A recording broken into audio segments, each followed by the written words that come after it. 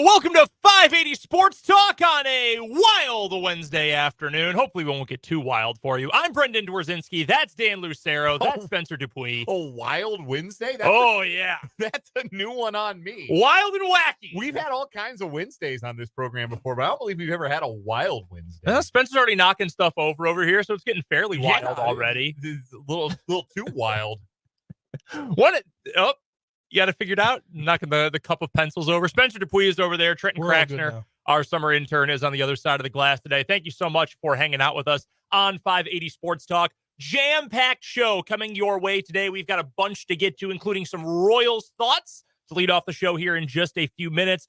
Royals dropped their third game in a row. They just cannot win in Minnesota. That is now 16 losses in their last 19 tries up at Target Field. Not a great game for Cole Reagans overall, an even worse day for the offense. We'll get to all that coming up here in just a matter of moments. Also here in this first hour of the show, plenty of Chiefs to get to. In fact, plenty of Chiefs to get to throughout the day. Pro Football Focus came up with their list of the best bounce-back candidates for all 32 NFL teams. You might be surprised by who they picked for the Chiefs. I actually agree, but not for the reasons that PFF gave us. That's coming up later this hour. Also, little follow-up on something Matt Verderame had to say yesterday regarding Shamari Connor. We'll talk about some Chiefs extension candidates in the 3 o'clock hour today. We'll get to some college football. Lindy's college football preview magazine was released this week. Not the one I get every year, but I have in the past purchased Lindy's magazine. And Michael Swain over at fog.net broke down all of what they said about KU, and we'll get into that.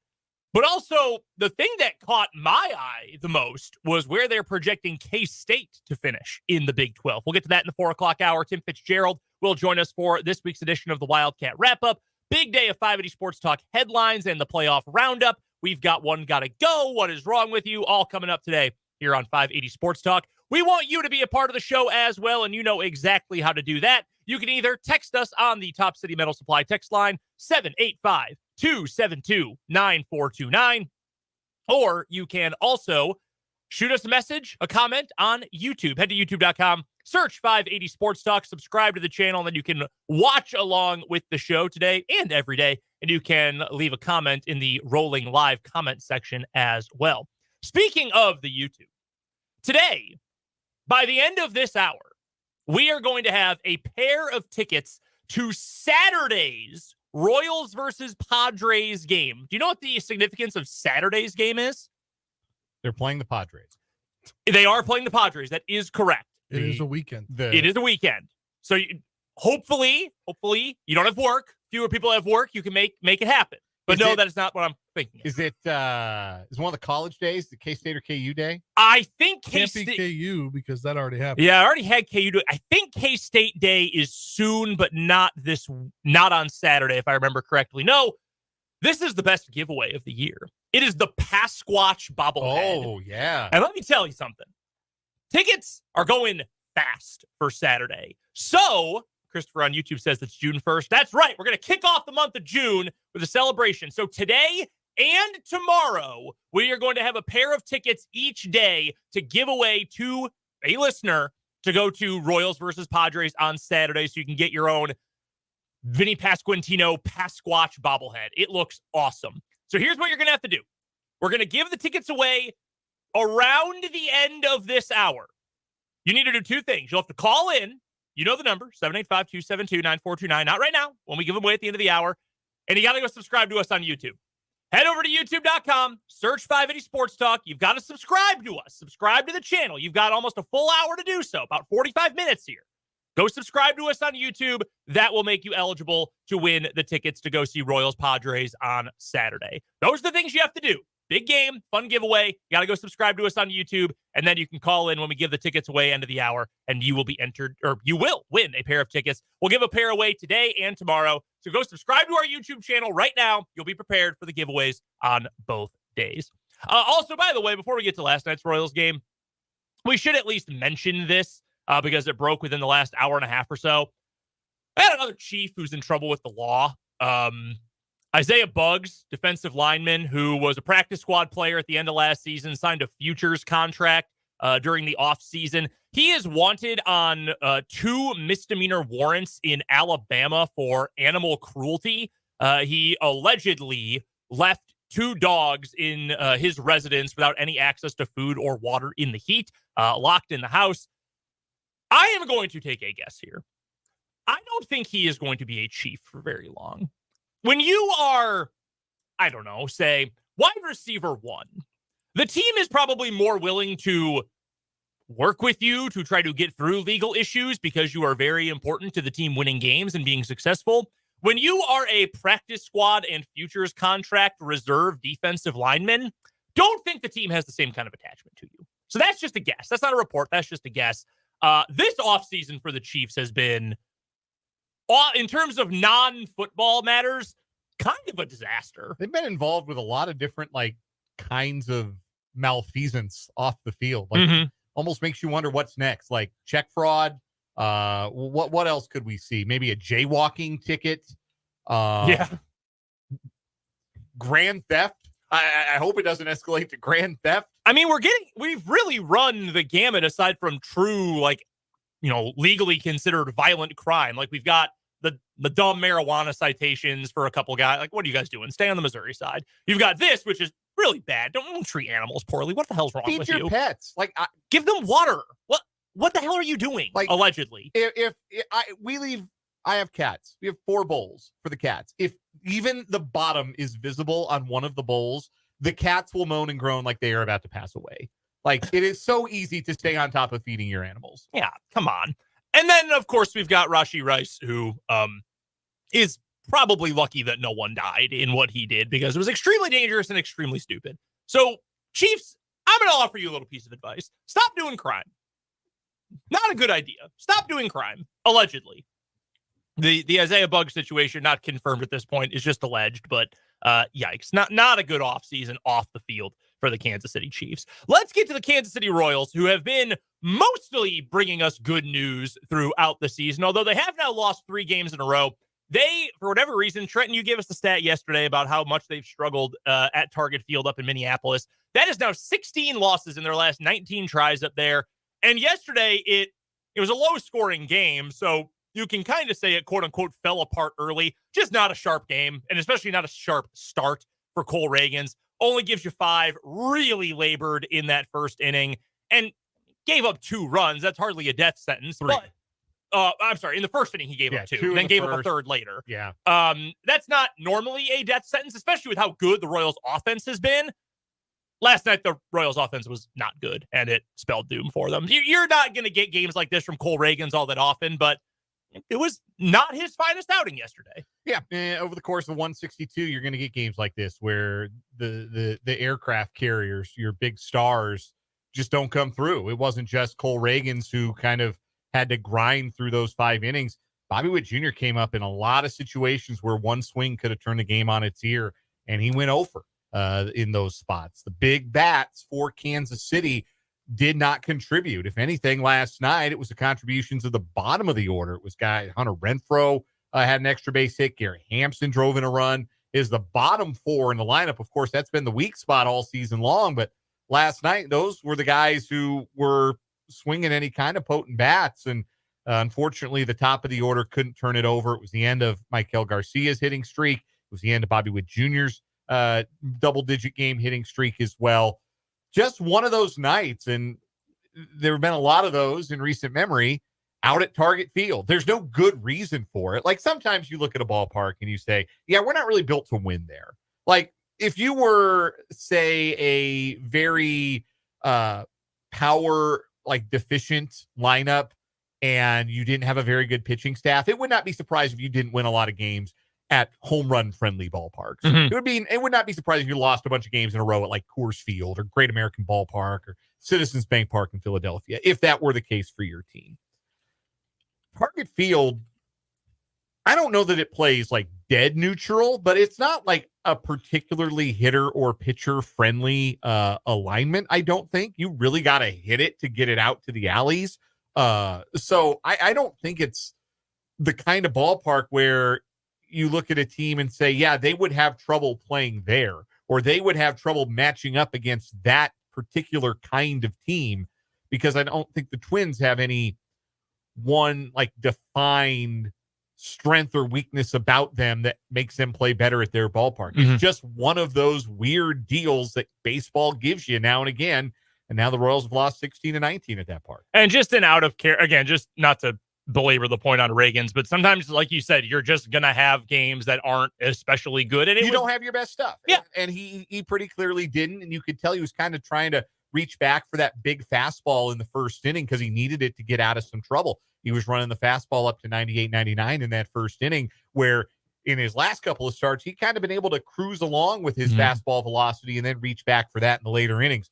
I think he sensed last night that the off-speed stuff, for whatever reason, wasn't quite there, and he was going to need to reach back for his best fastball just to get him through a decent amount of work. And unfortunately for him, it was only 5 innings. The funny thing, mentioning the park factors in Minneapolis, last night, Salvador Perez, just to kind of hammer it home, had that double late in the game. That's a home run in 22 out of 30 parks. That's Kauffman Stadium kind of vibes right there, where maybe you're not getting the benefit of the doubt with some of those long balls. Just looking at some of the numbers from Reagan's last night, he gave up 44% of balls in play against him were hard hit balls. That's almost 10 percentage points higher than a season average. It happens sometimes. You live with it, you deal with it. Was a bummer to see the top of the batting order really struggle. The top 5, including guys who were pinch hitters or were substitutions. Obviously, Vinny Pasquantino got hurt. We'll get to that in a second. Went 2 for 20. And it was good to see the bottom third guys, or the bottom 4 guys, I guess, make something happen offensively. But if the Royals' top 5 in their order are going 2 for 20, you're going to win almost never, no matter how good or bad your starting pitcher is in that game. It's just one of those games. It happens sometimes. You got a couple more chances to get back against the Twins. Tonight, you are sending Brady Singer, it's Lugo tonight against Bailey Ober, great candidate on the mound to bounce back with. Brady Singer tomorrow against Chris Paddock. So you're going to have those opportunities still to bounce back against the Twins this week. That's a day game tomorrow, by the way. I did want to get to Vinny, though. It sounds like things are going to be okay long-term. He had Byron Buxton run into him. Rex Hudler on the broadcast, the TV broadcast, was saying they thought it was just going to be a Charlie horse. I know that last night, Matt Quattrero said, yeah, he's dealing with a bruise. X-rays were negative. All good things. My guess is he's not going to be off the field for very long. Again, that's just my guess. We do know he will not be in the lineup tonight. The Royals have put out the lineup within the last 5 minutes. Nick Lofton is going to get the nod at first base. Adam Frazier is batting cleanup tonight. Who's the starter for Minnesota? Bailey Ober. Okay. Right-hander. It's never been more Ober. They tatted up Ober in the third game of the regular season. You'll recall it was Ober who got the start after the Royals had lost their first 2 games of the season, and the Royals just battered Ober in game 3. So maybe they think they can do it again. Of the 9 guys in the batting lineup, the only guy I would have been more surprised to see in the 4-hole tonight would have been Kyle Isbell. Like, you tell me, oh, yeah, Renfro's been hitting the ball harder. We're going to bat him cleanup. Yeah, okay. MJ Melendez, left-hander. We're going to give him a run in the cleanup spot. Yeah, fine. Velasquez, sure. Lofton, whatever. Adam Frazier is batting cleanup tonight. I would rather see Renfro, because at least I could buy into, big RBI spot, power guy. What you're looking for in the 4, yeah, it's not a traditional choice, but you want your 4-hole to make contact, right? Be able to keep the inning going, stay out of a double play if at all possible. Though Frazier hasn't grounded into a double play all year. He has drawn his share of walks, 12 walks and 125 plate appearances, so not a bad walk rate. I don't know. That's a curious choice. I wonder if he's ever batted cleanup. I'm going to go dig that up right now and see if Adam Frazier. He was on some pretty lousy Pirates teams, so he may have. But I am going to pull up his career batting splits and see if he has ever batted cleanup in a game. I wanted to talk about the 5th inning last night. Yeah, where they finally seemed to get things going. Lofton walked, Renfro doubled, and then Rex Hudler had a whole conniption about how he's finally starting to hit. It was pretty funny on the broadcast. But then Garrett Hampson, that was just lucky that he was able to get that over the glove of the first baseman who was playing in. Mm-hmm. That leads to the first run. I don't necessarily know that they get on the board with more than one run if that doesn't happen. If they're playing normal depth, that's an out. That's one of those things where, and again, I think that sort of ties back to when the top of the order is not performing. Those are the guys you rely on, because your bottom of the order guys, if you get something from them, great. We know that they're limited. We know this is not, a top of Major League Baseball kind of batting order 1 through 9 on any given night. That's why a game like that is really frustrating when you don't have those hits at the top, because, hey, maybe we got a little bit lucky with some of that defensive positioning. Maybe we, ground ball with eyes, those kind of things. Lucky bloop hit, the BABIP gods looking fondly upon you, whatever.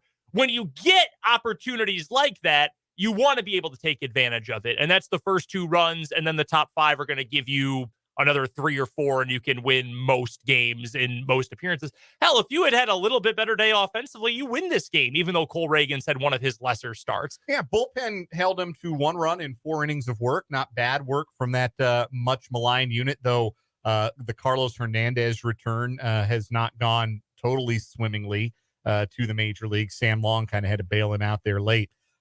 They did, it looked like, put something together again against Joan Duran for a second straight day. They have 1st and 3rd, and then Dairon Blanco gets thrown out trying to steal. Perfect throw to just the right side of the bag to get the speedy Blanco, and then MJ Melendez goes down swinging on the next pitch, and that was pretty much all she wrote for the ball game. Royals, again, had their chances. They weren't out of the game. They put something together, or nearly did, against one of baseball's best closers, but just haven't found the ability to beat this Twins team. They're 1-4 against Minnesota so far this year. I have the number. Yeah. This will be Adam Frazier's 5th career start as the cleanup hitter. All right. And the 12th time, including like double switches and defensive replacements or injuries or whatever, the 12th time he has appeared in a game batting in the 4-hole. He is a lifetime 440 hitter as the cleanup hitter. So you're telling me the Royals have actually been wasting Adam Frazier? Yes, they needed to be batting him in the 4-hole the entire time. He's 11 for 25. 3 for 4, home run, 2 doubles today. Those would be his first extra base hits in his career as the cleanup hitter. So okay, 3 for 4, 3 singles then. A 440 average and a 440 slug. That's pretty funny. Real quick, the Vinny injury, just to finish it up. What is Byron Buxton doing? We have a comment here from Joe on YouTube. Buxton is made of glass. How did he hurt Vinny? I don't have the Bally's app. He was running inside the base path. Way inside the base path. A, dangerous no matter what. B, Byron, you collided with another player. You're lucky you're still playing, because based on his history, he's a fun player. Based on his history, normally this would keep him out till 2026. Yes. What are you doing? The entire leg would have exploded. Why are you... Stupid. Very stupid play by Byron Buxton. Yeah, you've got so much more room on the outside of the baseline now, and the base itself is bigger. That's supposed to further discourage this kind of contact on a play at first base. So a really unfortunate thing to have happen. I'm not surprised that Pasquantino's getting a day off today. He'd been in a little bit of an offensive funk as it was. His batting average had really dipped. His on-base percentage getting down towards 300, which is not what you want out of the 3-hole. And it's kind of run really hot and really cold for Vinny so far this year. So he could have done well with an off day coming up anyway, but hopefully it's just the one today. And Matt Quatrero hasn't spoke to the media yet, so we'll get a better idea of what they perceive the seriousness of it to be and whether or not it's an injury list stint. They seemed pretty confident last night it wasn't going to be that kind of thing, but you just never know. With the injury list being 10 days now, teams are more willing, I think, over the last couple of years to be hesitant to place a guy on the injured list. The Braves just held Austin Riley out of like 2 weeks worth of games with an injury. He missed 13 straight games, and they never put him on the injured list. So you never know, but we'll certainly keep an eye or an ear on what Matt Quatrero has to say later on today regarding Pasquantino. But he is, again, not in the lineup tonight. We will preview the rest of the Royals series with the Twins coming up tonight against Seth Lugo on the mound. It'll be Brady Singer tomorrow afternoon. We will join you following the series finale tomorrow up in Minneapolis. So probably show's time start right around 3 o'clock coming up tomorrow. Coming up on the other side of this commercial break here on 580 Sports Talk, we've got some Kansas City Chiefs notes to get to, plus some breaking news in the last few minutes. The athletic director in Lawrence, he's not going anywhere. That's coming up on 580 Sports Talk.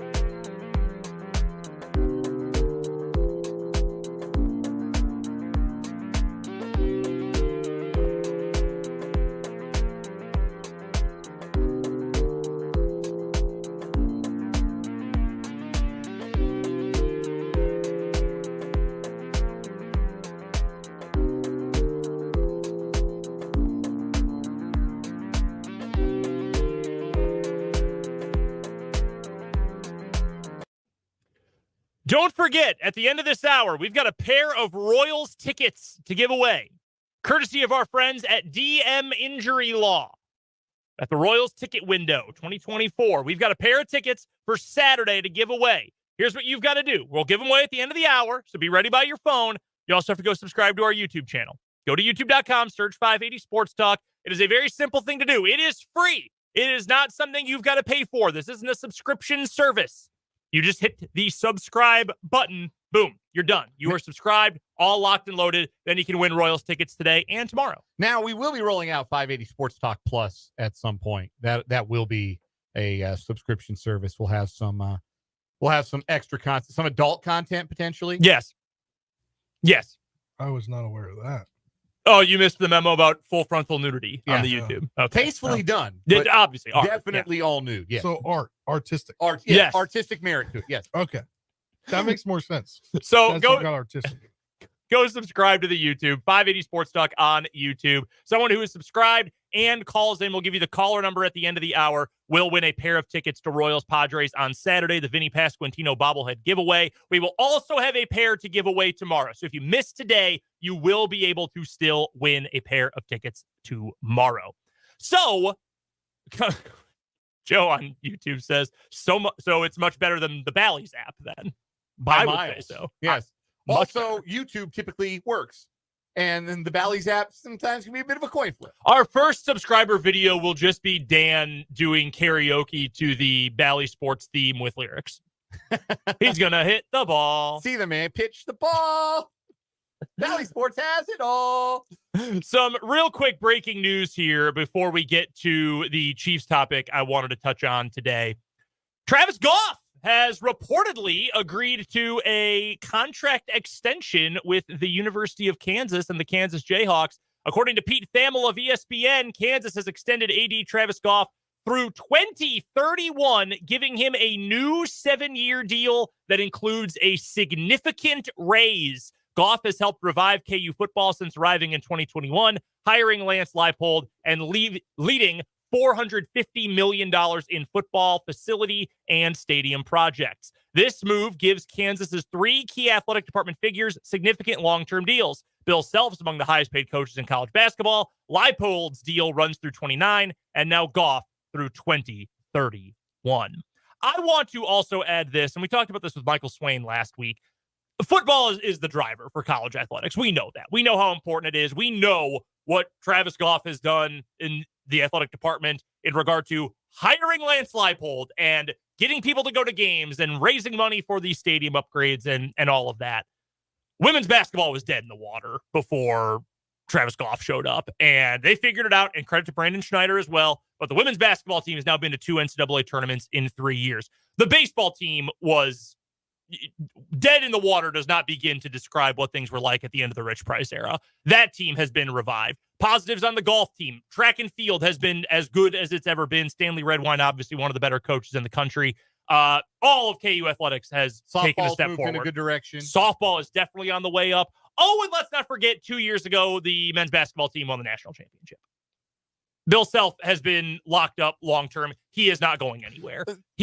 Travis Goff has been phenomenal. Give him whatever he wants. I really mean it. He fixed football. You start there. Yep. That was as broken a Power 5 football program as there was. And Travis Goff made a sensible hire and gave Lance Leipold the room and the leeway to go make it work his way. And it is working.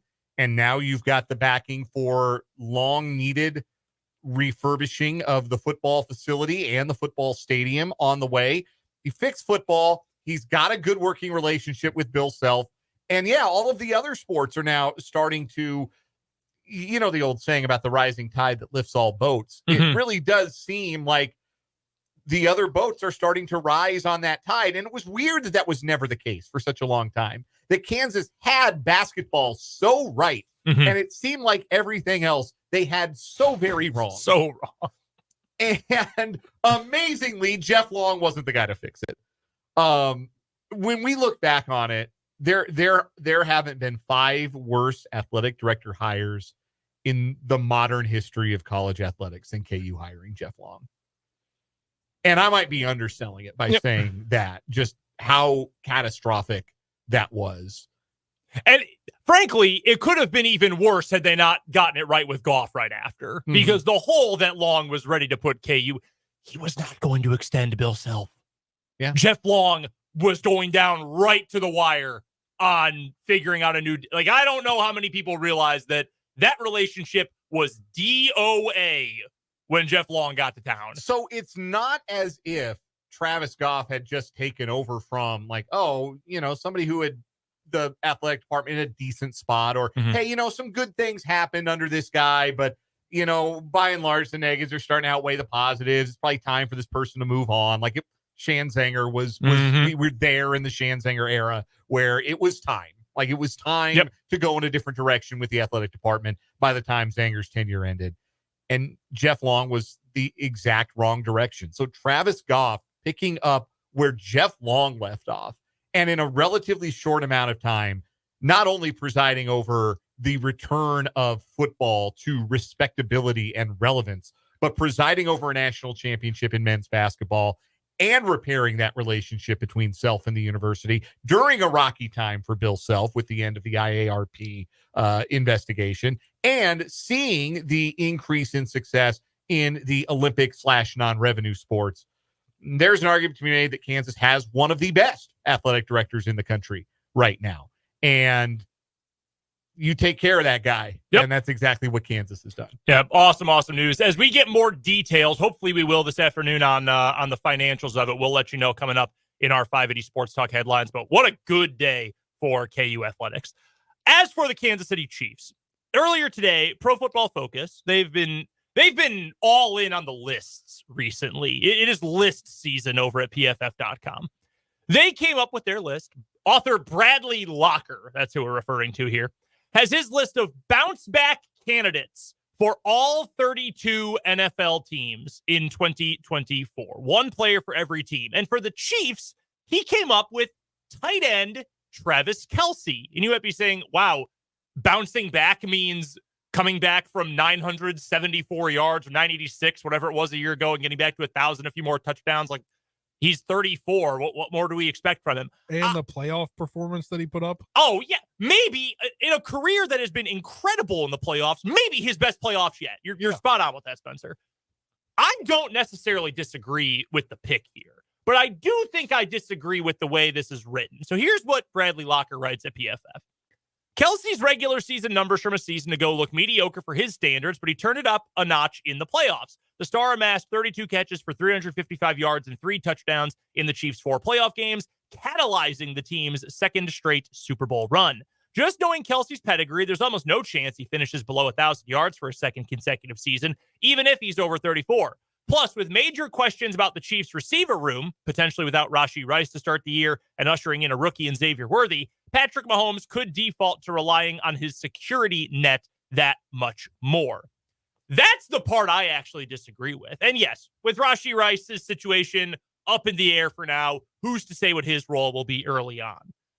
But the Chiefs have 2 legitimate stretch the field, yak, deep target options that they have added this offseason. Xavier Worthy, who's a long-term piece, and Hollywood Brown, who's around for at least this one season. Those are 2 guys who are going to stretch the field. Whether you're just running go balls, you're running fades out of the slot with Worthy, you're running some of those deep overs with Hollywood Brown that he's been so good at running and making big plays on over the course of his career.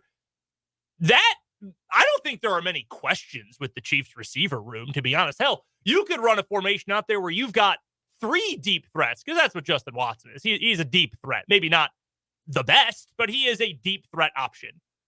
You could have all these guys running vertically, leave Travis Kelce in the middle of the field, the intermediate part of the field. That's his office, right? Right. Yeah. I think that is why Travis Kelce is in line to have an even more productive season. He's also not coming back from a freak knee injury in week 1, hopefully, God willing. As long as he's fully healthy, and with other guys who are going to stretch and spread the field like the Chiefs have not been able to do for the last 2 years, that is what I think is going to get Travis Kelce back to that all-pro first team kind of level. Not, well, they'll just throw to him a bunch because the other receivers are bad. No, we've moved past that at this point. It will be interesting to see his level of production relative to how many snaps is he going to play, because we started to see Kelsey get load managed a little bit last year, where he played more snaps in the bigger games. Like, I don't think we're going to see a ton of Kelsey snaps against the Carolina Panthers or the New Orleans Saints in the 2024 season. But I bet when they play the 49ers, he's in there for 75 to 80% of the snaps. I bet when they play divisional games, if the division shows a pulse this year, he's going to be up there at 75, 80% of the snaps. He'll be there when they play Buffalo. He'll be there in week 1. That will be the plan when they play Baltimore. It'll be the plan week 2 when they get Cincinnati. I think we'll see more of that, and maybe even in a more pronounced way this coming year, depending on the development of Jared Wiley as a pass-catching option. Because the Chiefs had 3 tight ends that were playable last year, but Blake Bell was not the same as Noah Gray, who's not the same as Travis Kelce. If you put Blake Bell out there, he wasn't going to be a real threat in the passing game. Maybe a short pass, maybe in the red zone here or there, but Blake Bell was out there to do one thing, and it was not generally go out for a route. Yeah. Jared Wiley as the third tight end in the mix is much more likely to be called upon to run some routes, to work the middle of the field. I think that there's a target share for him that might eat into the tight end target share, if you just want to consider the position as one monolith. And so I think that there's a chance that Kelce is on a snap-to-snap basis more productive. But I think there's also a chance that he plays fewer snaps as the season goes on, and that the Chiefs will prioritize making sure that in the big regular season games and that by the time January rolls around, he's fresh, because that is what the Chiefs reaped the benefits of in that playoff run for Travis Kelce. It was that he had week 18 to chill, and he came into that stretch of games in the playoffs as healthy and as rested as he was all season long, and he killed dudes. And I think he can do that again. So I think the Chiefs are going to be really mindful of his snap count. I think they're going to load manage him again this year. So again, is that going to hurt the raw numbers? It could. But do I think that he can be better on a snap-to-snap basis throughout the 17-game regular season than he was last year? Yeah, I think that's possible. And to go piggyback off that, I think we're at that point in his career where he'd probably rather be out there in the big moments than all the time. Exactly what I was thinking. Like, if you're asking Travis Kelce, a guy who has come out and said publicly, hey, look, I probably could have gotten and should have gotten paid more in my career, but I like where I am. I want to be part of this team. I like working with Andy Reid and Patrick Mahomes, and I love Kansas City and all of these things. That guy probably cares a whole lot more about winning at this point than he does the individual accolades. Let's not forget, he could have played week 17. The story went that he told Andy Reid, hey, look, I'll rest. It's not important for me. Get some other dudes reps. I'll be ready for the playoffs. That was a Travis Kelce decision. At least we have been told that was a Travis Kelce decision. I don't think the numbers mean a whole lot to him. And Dan, I think you're right. Last season was, in terms of percentage, the second fewest number of snaps he had played since 2014. Don't count 2013. He played 1 snap the entire season on special teams, and then he got hurt. We remember that. He played 66% of the snaps in 2014. Last season, he played 77% of the snaps for the year, and he played 15 games, missed week 1, and elected not to play in week 18 to rest up for the postseason. Are we thinking like 75% is probably the sweet spot? And like, it feels about right. And you mentioned, load managing, which you think of the NBA and basketball, and it's, oh yeah, LeBron's not playing. Like, sorry, Hornets fans, but we just played yesterday. We're across the country. Like, sorry, you don't get to see the old Sega Baba second game of a back-to-back. Yeah, we're sitting our stars tonight. Whereas I don't think you're going to see, we're playing the Panthers. We probably don't need Kelce to play. No, you might just see him play like a majority of 3 quarters and then not play in the fourth. Or the flip side, maybe not play much early in the game. And if you need him, if for whatever reason you've got to go put the game away in the fourth quarter because you haven't done that against the worst team in the league through 3 quarters, then you've got a fresh Kelce in the fourth quarter. Wanted to address this from Nelio. I think this is a good question from the YouTube live chat. Welcome in, Nelio. Do you guys feel Reid telegraphs play calls when Kelce isn't on the field, when Big Trav's out, the other 2 tight ends are basically run blockers? It's a good question. It is a good question. I don't know that telegraph is right, but certainly teams respect the threat of the tight end in the passing game less when Travis Kelce isn't one of them. That's why I think Jared Wiley being tight end 3 instead of Blake Bell introduces a different dynamic, where Wiley, I think, is much more a threat in the passing game than Blake Bell ever was. So if they do want to do a 2 tight end set, but keep Kelce off the field a little bit, teams are going to have to respect Noah Gray and Jared Wiley in a given passing down situation, because either of those guys can get open and make a play. I think too, if we see that early on in the season, it's going to change the way teams are going to play against them. And maybe down the line, you could see single covered Hollywood Brown. I mean, you just end up with more situations where you can throw in tendency breakers. You can throw in different wrinkles. You can see early on, what do we have in rookie Jared Wiley? What can we do with him right away? And what can we do with him when we get to the end of the season? Can we use him more in goal line situations? I think it's just going to open up a whole lot of different opportunities for you. And I agree when it comes to Jared Wiley. And I see where Neilio is coming from, where maybe some things were dumbed down with the tight end position when Kelce's not in there. I think that's probably because Travis Kelce's close to 1 of 1. Like there aren't many players who are like that. You can do more with Kelce because Kelce can do more. Exactly. And I think you put in a guy like Wiley who you say, hey, you're willing to block. And the scouting report coming out of TCU, maybe not a great blocker, but willing to at least mix it up and get his nose in there. We know what Noah Gray is at this point. You're adding players there who can do a little bit more, because you're right. Blake Bell is a limited player, especially in the latter stages of his career. Noah Gray is a somewhat limited tight end because of, his size, his strength, things like that. Not a bad player, but a somewhat limited tight end. Whereas Travis Kelce, you ask him to do something, go deep, play in the intermediate block, stretch out for the run, whatever. He's able to do all of those things. If you want an allegory for it, look at the quarterback position. Like, Alex Smith was a good quarterback, and you got to see all sorts of crazy Andy Reid stuff when he was there. Then you upgraded, and suddenly you upgraded and the entire thing changed, and you could do so much more with your quarterback. Even if you say, well, Patrick Mahomes is 1 of 1, that's different. Look at the Chiefs' run game recently, where Pacheco's a good player. I say Pacheco's a really good player, in fact.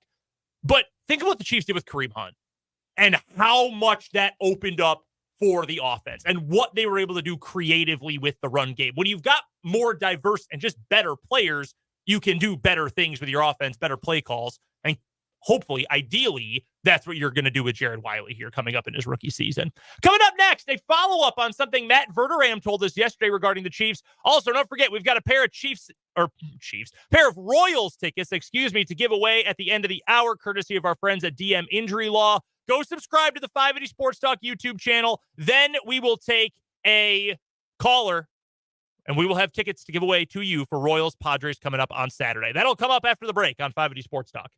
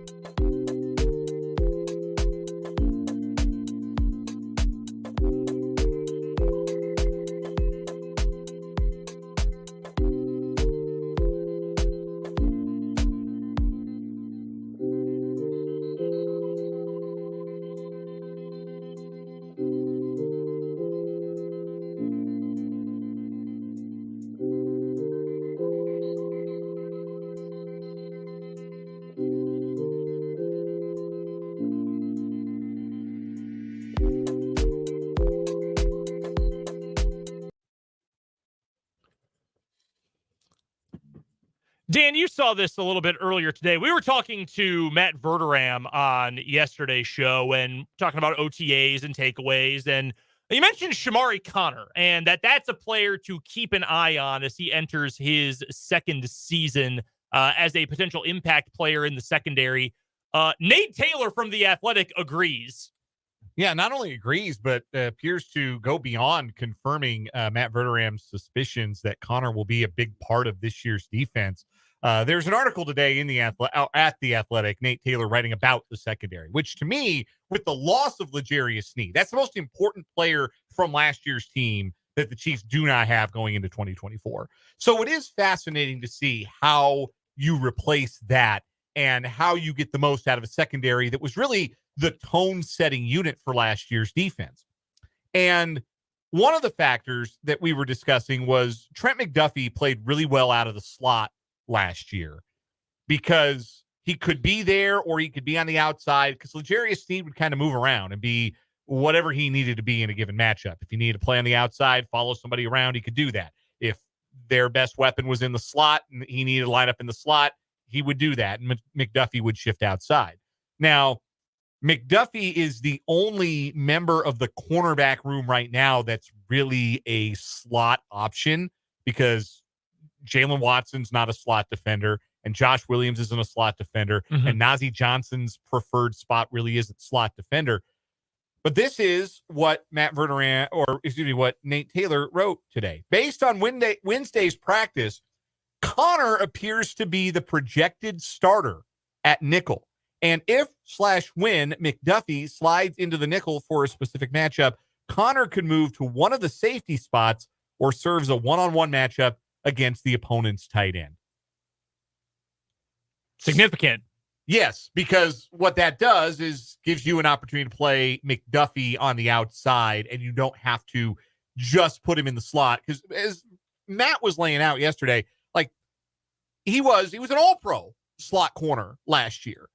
But sometimes you're playing against a team that doesn't really have a great slot option. Like when they play Cincinnati week 2 and their slot guy is Trenton Irwin. You don't want to burn Trent McDuffie on the Trenton Irwin or what's the Andre Yoshivas. Yes. You don't want that matchup all day. You want your best against Cincinnati's best, who's Jamar Chase. So you got to find somebody else who can capably play slot corner. And it looks like not only can Connor do that, but the Chiefs are counting on him to do that. I think that's huge too. And you mentioned about Nazeeh Johnson. I mean, I watched him in college. He did spend 2021 playing slot corner. So they have the ability. I don't think they probably don't want to put it on him coming back off the ACL. So he could be a guy that rotates in there. Well, and the other thing too, to kind of bring both those points together, if you've got a guy who has, versatility as one of his top strengths, his best assets, like a Trent McDuffie, you want to actually be able to use him in a versatile way. And you want to be able to say, you're right. Sometimes the Bengals are going to run Jamar Chase out of the slot. They like to do things like that. I love when you have big slot receivers. I think it's a total mismatch for an offense. You want to be able to move Trent McDuffie in there. But what happens when they move Jamar Chase outside, like you said, like Matt said yesterday, you go with Trenton Irwin on the inside instead. You want to have the flexibility to say, all right, Trent, you're staying with Jamar Chase or you're matched up on T. Higgins, whatever the matchup ends up being. And we've got a Shamari Connor or even a Nazeeh Johnson who can slide into that spot and take care of it. Or one of the safeties can slide into that spot and take care of it. Having that versatility is great, assuming you can actually use it. And I think that's the spot the Chiefs want to make sure their defense gets to this year. That'll do it for the 2 o'clock hour of 580 Sports Talk. Coming up in the 3 o'clock hour of the show, we will get to some more Chiefs notes, including here in just a moment. We'll get to some Chiefs who are facing potential extensions this year. We'll also get to Tim Fitzgerald a little bit later on to talk about some K-State basketball, football, and baseball. But right now, before we get to the end of the hour, we've got a pair of tickets to Saturday's Royals versus Padres game to give away, courtesy of our friends at DM Injury Law and the DM Injury Law Royals ticket window. Have you or a loved one been in a car wreck? Contact DM Injury Law today to get the money you deserve. Car wreck? Remember, Mike's got this. You've got to be subscribed to our YouTube, and now we'll take caller number 5 to 785-272-9429. A pair of Royals tickets to Saturday's games are yours. We'll tell you the winner after the news.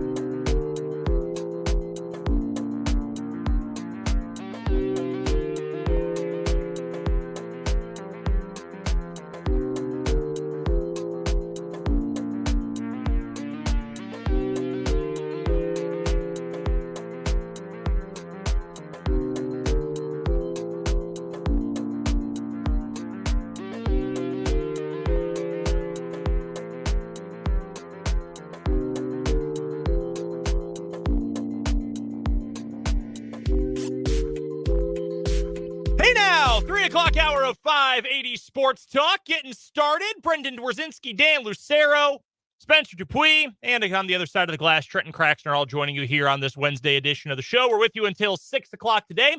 Want to give a big shout out to Corbin. He was the winner of today's Royals ticket giveaway from the DM Injury Law Royals ticket window.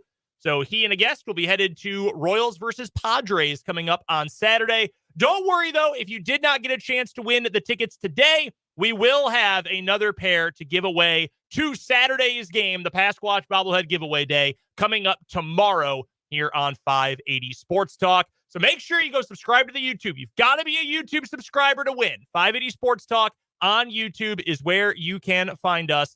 Go subscribe, and you'll be eligible to win the pair of Royals tickets we are giving away coming up on tomorrow's show. Here in the 3 o'clock hour of 580 Sports Talk today, we will get to some more Chiefs notes here in just a moment.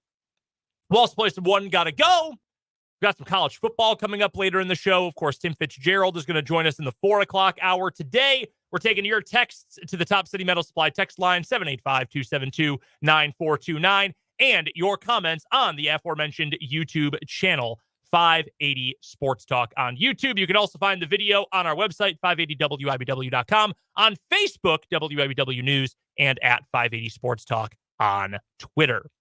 The Kansas City Chiefs have a number of key players who are going to be free agents next offseason, including Nick Bolton on defense, Trey Smith on the offensive line, Creed Humphrey on the offensive line as well, Justin Reed, safety, number of players who have been key contributors to the team who are going to be free agents coming up next season. Well, ESPN.com and all of the ESPN.com beat writers put together a list of 20 players around the NFL who are facing potential extensions or extension options coming up over the next year or so. Players who are free agents next year, 2 years from now, who can become eligible for contract extensions this year, as well as T. Higgins, who's on the franchise tag. And the Bengals quite clearly are not going to pay him. They've made it very clear they are not planning to pay T. Higgins going forward. But there is one Chief who makes the list, and Adam Teicher of ESPN wrote about center Creed Humphrey. Here's what he had to say, the latest on Creed Humphrey's negotiations. Humphrey could ask for top-of-the-market money for his position. He has been that good since joining the Chiefs as a second-round pick in 2021. Humphrey had the second-best pass block win rate for an offensive lineman, any offensive lineman, and the best for a center last season, 98.4%. If you don't know what pass block win rate is, that is in a span of 2.5 seconds after the snap, how often are you able to hold your block one-on-one? And it's the same pass rush or run stuff win rate as a defensive player. Do you win your matchup in 2.5 seconds? He was also second in that metric in 2022 and led the NFL in that metric as a rookie back in 2021. The Chiefs haven't spent big on their own offensive line when they've come up for new contracts in recent years. Center Mitch Morse and tackle Orlando Brown Jr. are examples of players who signed elsewhere as free agents, though Kansas City did give a big contract to Joe Thuney in 2021 when he was a free agent, and of course last year to former Jaguars tackle Jawan Taylor. Complicating matters is that the Chiefs have two other top players coming up for new contracts in guard Trey Smith and linebacker Nick Bolton. So that was Adam Teicher of ESPN who wrote that. I do find it a little bit interesting that Creed Humphrey, of all those players, those three, Creed Humphrey was the one who got the write-up, not Trey Smith or maybe not even Nick Bolton. Is that a sign of Adam Teicher had a word count and a very clear directive of what he had to write? Or is that a sign of his understanding that Creed Humphrey is maybe the linchpin of the whole operation and he is the one who has the most difficult contract negotiation? I think he's the guy that can get top of the market money at his position easier. I think Nick Bolton is a very good middle linebacker, off-ball linebacker, however you want to put it. I don't think he's the best at that position or in the top tier at that position. I think he's a very good player, don't get me wrong, but I don't think he's like, is he prime Levante David? No. Is he Roquan Smith? No, I don't think he is. A lot of top linebackers these days, when you think about what you want the ability to tackle, You want the ability to at least cover the middle third of the field, and you want the leadership, because still to this day, even though the position is less in vogue, the middle linebacker is still kind of the quarterback of the defense, so to speak. Nick Bolton gives you two of those, and he's really good at two of them. He's a good tackler, and he is the leader of the defense. Two very important things. Coverage-wise, mediocre. Yeah, I think that's fair. That's a fair evaluation. Trey Smith is a very good guard. Very, very good guard. Is he a tier 1 guard in the NFL? Is he going to get top of the scale money? I don't know that he is. Creed Humphrey, though, I think is either, Jason Kelce's retired now. Is he the best center in the NFL now that Jason Kelce is retired? I think so. Yeah. The numbers would suggest that he is. Now, there is one small thing that I can't get out of my head when it comes to Creed Humphrey, and it is the fact that he was snapping some ground balls last year in some important games. He was rolling the ball back to Patrick Mahomes, and I don't know what the hell that was. Like, that was bad. That's what it was. It was bad. Yes, alarming. There are a lot of negative adjectives I could use here, but it out of character would be another one. Another way that I could describe those. But like, was there an injury there? Was there something else going on? Did he have the snap yips? Was he like Steve Saxing the ball back? Was it a Mackie Sasser type of situation where he just couldn't get the ball back to his quarterback accurately? I don't know what that was all about. And part of me wants to see 3 or 4 weeks of clean snaps in the shotgun before I say, yes, let's give Creed Humphrey a top of the market deal at center. But somebody's going to give it to him if the Chiefs don't, unless he does completely have the snap yips. If that's a thing, I have no idea if that's a thing. I would say it is. I think it's very clear that it is, honestly. To talk more about the Commanders, their long snapper a couple of years ago. Yeah, they probably shouldn't have. Ron Rivera drafted him, traded a darn pick for it. Still don't like that. He was a good snapper until like all of a sudden last year, he just couldn't snap for the life of anything. And then they cut him. I would believe that more about long snapping being susceptible to snap yips than I would about like the snap from center, just in a regular play. Like I'm hard pressed to think about that, but I know I'm not alone, because when we would do our post game reactions last year, even through the playoffs, how many times did I complain about that? Yes, and somebody was always in the comments. It wasn't the same person every time, but it was somebody always in the comments of our live YouTube reaction saying, "Hey man, what's the deal with Creed Humphrey's snaps?" Now, if he can fix that problem, and it is a problem, and it does need fixing, but if he fixes that problem, I think he's the best center in the league. And I think those win rates suggest as much, that he's a stone wall and the anchor for what the Chiefs have built on that offensive line. And if there's anything the Chiefs have proven over time, they will pay elite talent. They let Mitch Morse walk. Mitch Morse has had a very nice career. Yeah, really good career. Nobody's ever considered Mitch Morse an elite center. No. Orlando Brown Jr. has had a very nice career. He's made a bunch of Pro Bowls. And a bunch of money. I don't think he's ever been considered an elite left tackle, and the Chiefs let him walk. But Creed Humphrey is an elite center. Snap problems and all, he's an elite center. And I think that is why he is more likely to be the first of that group, the top priority of that group to get something done long-term, because elite talent, you build around elite talent. That is how you win championships. Real quick, Spencer, because I know you had a point to make too. I think the other part of that, every team needs offensive line help. Oh yeah. You can go talk to the Lions, who have arguably the best offensive line in the NFL. If you said, Dan Campbell, do you think you could use some more help on the offensive line? You know what he would say? How quickly can you get it to me? Every team always wants to shore up their offensive line. So I think your point about who will get paid first is very interesting, because I do think Nick Bolton's going to get another contract from the Chiefs. I do. I think they will find a way to keep him around.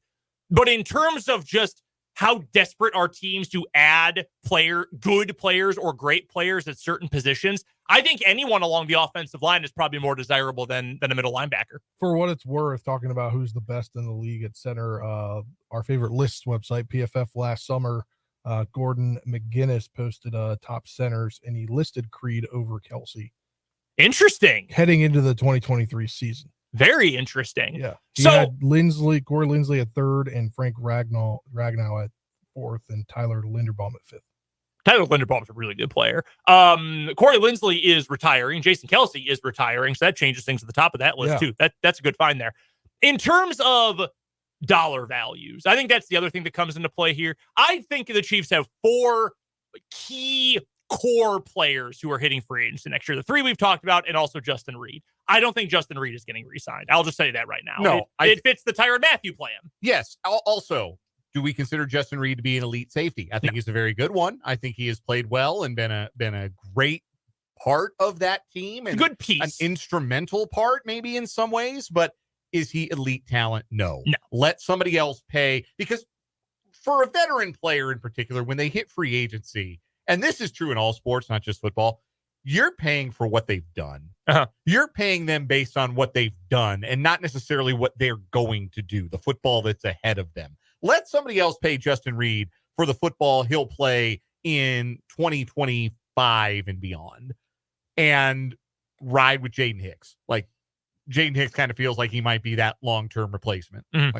And that's why they draft a year to develop. Like, you draft later, you can develop a guy who you think is going to be great, but maybe needs that development. And that's what they seem to do in every draft. They find corner, defensive back help there. You weren't around for this last year, Spencer, obviously, but when they drafted Shamari Connor last year, that was the thing I said, is this feels like very intentional drafting a player with a L'Jarius Sneed tool set, with Sneed having, maybe 1 year left with the team. This is the guy that you're maybe drafting to groom to fill that spot, and kind of looks like that's what's happening. Yeah. That Shamari Connor is going to fill that L'Jarius Sneed role, and maybe Jaden Hicks is going to be that guy that fills the Justin Reed role moving forward. So the center position, speaking of Humphrey specifically, highest paid center last season, it was a 1-year deal for Jason Kelsey, made $14.25 million.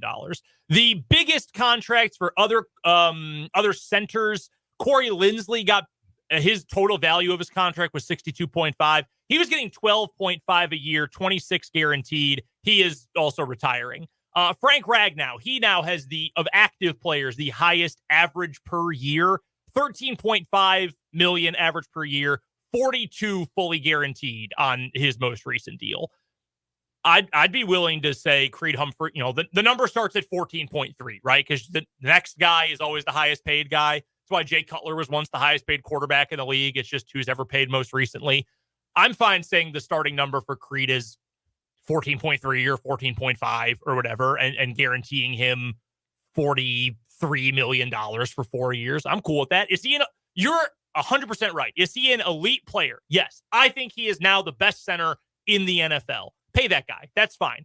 And 2, as much as the snap thing was annoying this year, it was the first time in 3 years that had been a problem. And also, let's not discount the importance of having continuity at center. That's a big deal. It is really important to know what you are getting as a quarterback every time you either step under center or step into the gun. It's important to know, how is that ball going to spin to me? Where am I going to catch it? What is the communication like between my center and I? We remember Peyton Manning's career. He was getting snaps from Jeff Saturday for 11 years or whatever it was. That was a big deal, and it was made a big deal because Peyton was a big deal. I think you're going to see a similar thing here. I do think they're going to pay Creed Humphrey. Right guard. What do you think, or do you know what the highest paid right guard contract is in the NFL? Is it Robert Hunt, or is he a left guard? He's a right guard. He's second. Chris Lindstrom from the Falcons last year got paid. 102.5 total value, $102.5 million. That's 20.5 a year, 62.7 guaranteed. Robert Hunt this offseason, who is a year older now. He's 2 years older now than Lindstrom was when he got paid the year before. $100 million total, 63 guaranteed, 44 guaranteed up front. For what it's worth, Chris Lindstrom is a better player than Robert Hunt, and by at least a full tier, if not 2. Chris Lindstrom's a really good player. I think Trey Smith is really good. No other right guard is making anywhere close to that much. The third highest paid right guard in the league in terms of guaranteed money, Zach Martin at under 37. The drop off is gigantic. Trey Smith is going to be closer to Lindstrom and Hunt than he is to Martin.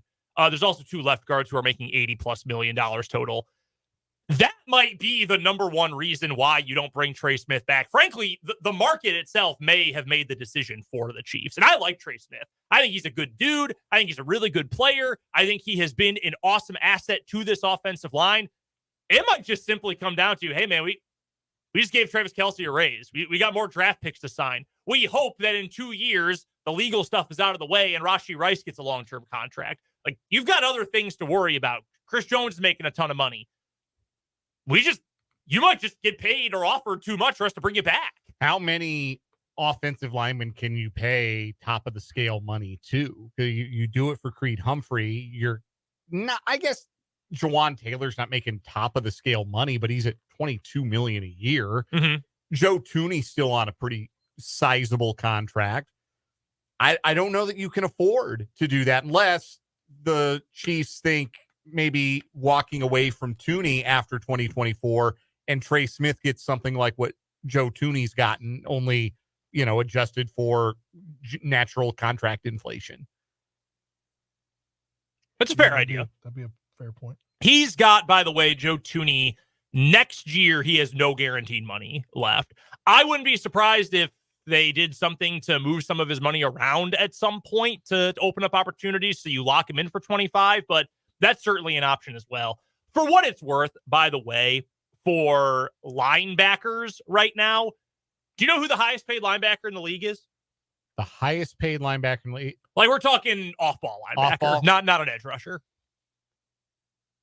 It's not Roquan, is it? It is Roquan. Oh, it is. Yeah, okay. his new contract with the Ravens, $100 million total, $60 million guaranteed, $45 up front. He's getting $20 million a year. Fred Warner comes in second. Tremaine Edmonds is third. Hysterical. I will tell you up front.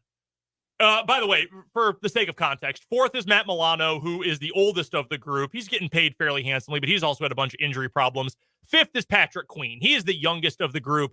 Started his career really poorly, but really blossomed these last 2 seasons in Baltimore. Those are your top 5. I will tell you right now, I know for a fact Nick Bolton's a better football player than Tremaine Edmonds. I know that for certain. And if you wanted to argue that you think he'd be more valuable than Patrick Queen, whose best years came next to Roquan Smith, and Matt Milano because he's older and has had multiple major injuries, I would at least listen to your argument. He's not better than Roquan Smith. He's not better than Fred Warner. I'm going to tell you that right now. I like Bolton enough. He ain't better than either of those 2 players. Are you comfortable guaranteeing him at the very least over $50 million and in the neighborhood of 20 plus per year? Are you comfortable giving Nick Bolton that money? Because if you have any part of you that says, yeah, probably, well, the Chiefs are probably going to give him that money. That's the situation you're running into with Nick Bolton. And if you think he is that important to your defense, the Chiefs will probably make it happen. Yeah, he might be the one exception to the Chiefs rule about, like, we're going to extend elite guys like Chris Jones, elite, Travis Kelce, elite, Mahomes, obviously. They've done the contract extension for guys that they feel to be elite players. That's why I think Trent McDuffie is going to get handsomely compensated when he comes up as a free agent. To that point, it's going to be a fascinating discussion over the next 2 years following this offseason. You drafted 2 defensive players in the first round in 2022. Trent McDuffie is an all-pro, and Karlaftis, while not there yet, is a really good edge rusher. Mm-hmm. Can you pay both of those dudes? Especially if you sign 2 of these 3 guys. I would. But again, in a capped league, you run into those issues of how many guys can you actually pay. Yeah. And Patrick Mahomes is going to get another top-of-the-market contract. Like, he's not... When this contract ends, it's not like Mahomes is going to be 42 and he's going to be on 1-year rolling deals. Yeah. No, man, he's getting number 1 money again when this deal expires. He might be the one guy. Like, we talk about hometown discounts all the time. I say we, I mean, like, the sports fan collective brings things up like hometown discounts, or points to what Tom Brady did. Tom Brady took less money than he was worth on a few occasions late in his Patriots tenure so that they could build a competitive roster around him. Do I think Patrick Mahomes is going to do that? Possibly. I'll tell you this. I wouldn't say a firm no that maybe Mahomes says it's not that important to me to be the highest paid quarterback in the league. I'd rather win these Super Bowls. So if I'm only the 4th or 5th highest paid quarterback in the league, I can live with that. We got that KC Current money flowing in from my wife's side. I'm endorsing everything.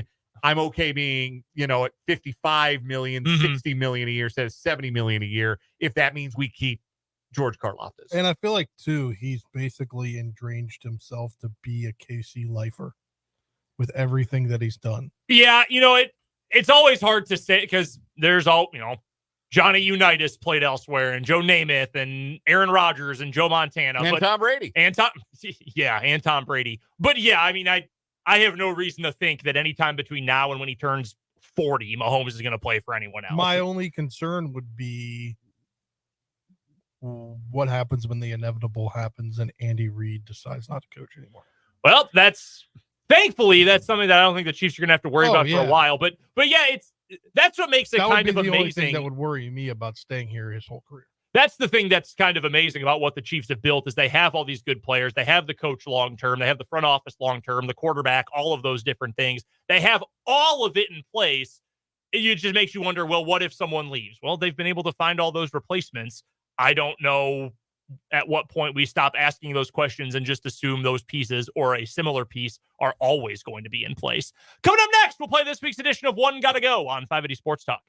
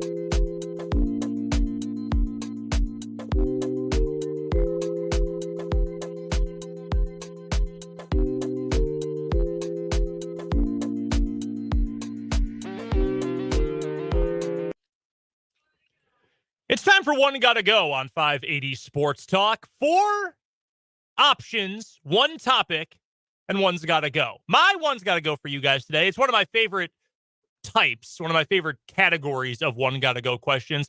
We're talking college football road trips. Now, between KU and K-State, they do not have to make all of these this year. In fact, I was just going through their schedules. We'll talk some more college football in a bit. I am very surprised that KU and K-State both got lucky not having to play Utah home or away. I didn't realize that when the schedules were announced a while back. That's quite a break for both programs to not have to play against Utah. In fact, KU also doesn't play Oklahoma State. That's okay. KU got a pretty good draw with the schedule this year, for being honest. But you've got 4 new members of the Big 12 this year. Colorado, welcome back. Utah, Arizona, Arizona State. You get a trip to each one except one of them. Which one's got to go? Just the new schools? Just the new schools. The former Pac-12 schools. So I have been to Boulder. I've been to a game in Boulder. Mm-hmm. Just this past year. Yes. Went and saw him play Oregon State last year. Went a couple of Buffs games when I was a kid. I've been to Salt Lake City. I've been to Tucson. I've been to Tempe. I've not been to games at those places.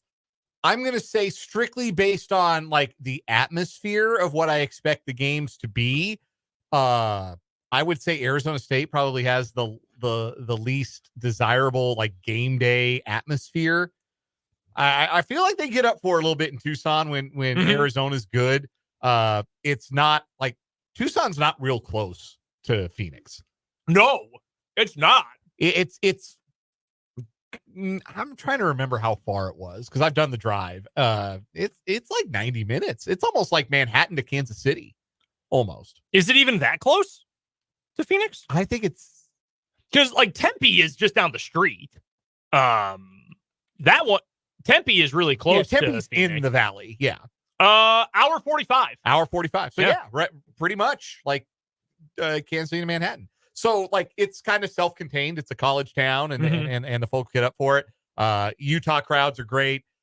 CU right now, like, never been more interesting. Plus they have Ralphie. So between the age of Sun Devil Stadium and the lack of juice around the program right now, I would say Arizona State. You're not adding in the party scene in Tempe?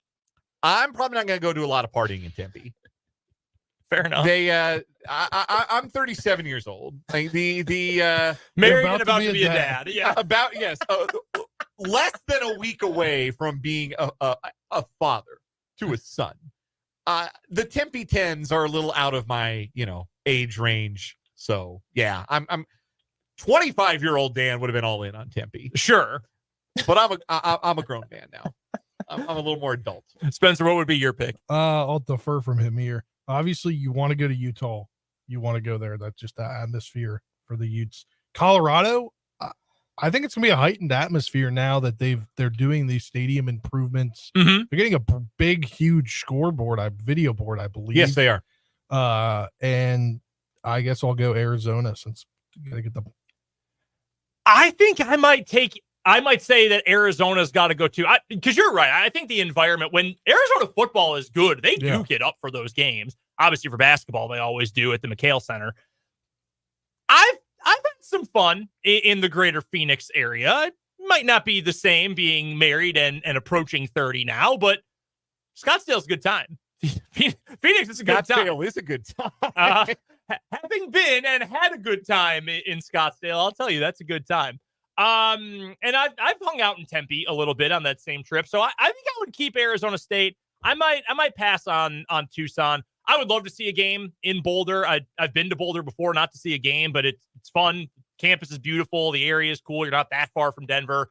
And I love Salt Lake City. I do. I've said it on these airwaves before. Despite getting yelled at the tournament in the media room, I had a great time in Salt Lake City. Very underrated city, in my opinion. So I'd probably say Arizona, but it's close. It's a good group. I like all the programs that are coming into the conference. All right, for my one gotta go today. A lot of information about the new EA College Football 25 game has been unembargoed. So people who have gotten to play an early version of the game got to write about it today in their respective outlets. Andy Staples wrote about it for On3. Chris Vanini for The Athletic. Matt Brown in his Extra Points newsletter wrote about it today. Friend of the show, Matt Brown. So there's lots of information flying around out there today about the upcoming EA College Football 25, including that many of the well-known stadium songs are going to be in the game, including, K-State fans, Sandstorm. Sandstorm's going to be in the game. So I have 4 iconic stadium songs, iconic for a variety of different reasons, varying age, varying genres of music, and one's got to go. Enter Sandman, Seven Nation Army, Sandstorm, and Mo Bamba. One's got to go. This one is very easy for me. Very easy. Enter Sandman stays. Metallica's my favorite band. Is it a little overplayed? Sure, but it's awesome, especially at Lane Stadium. It's awesome. It's so cool.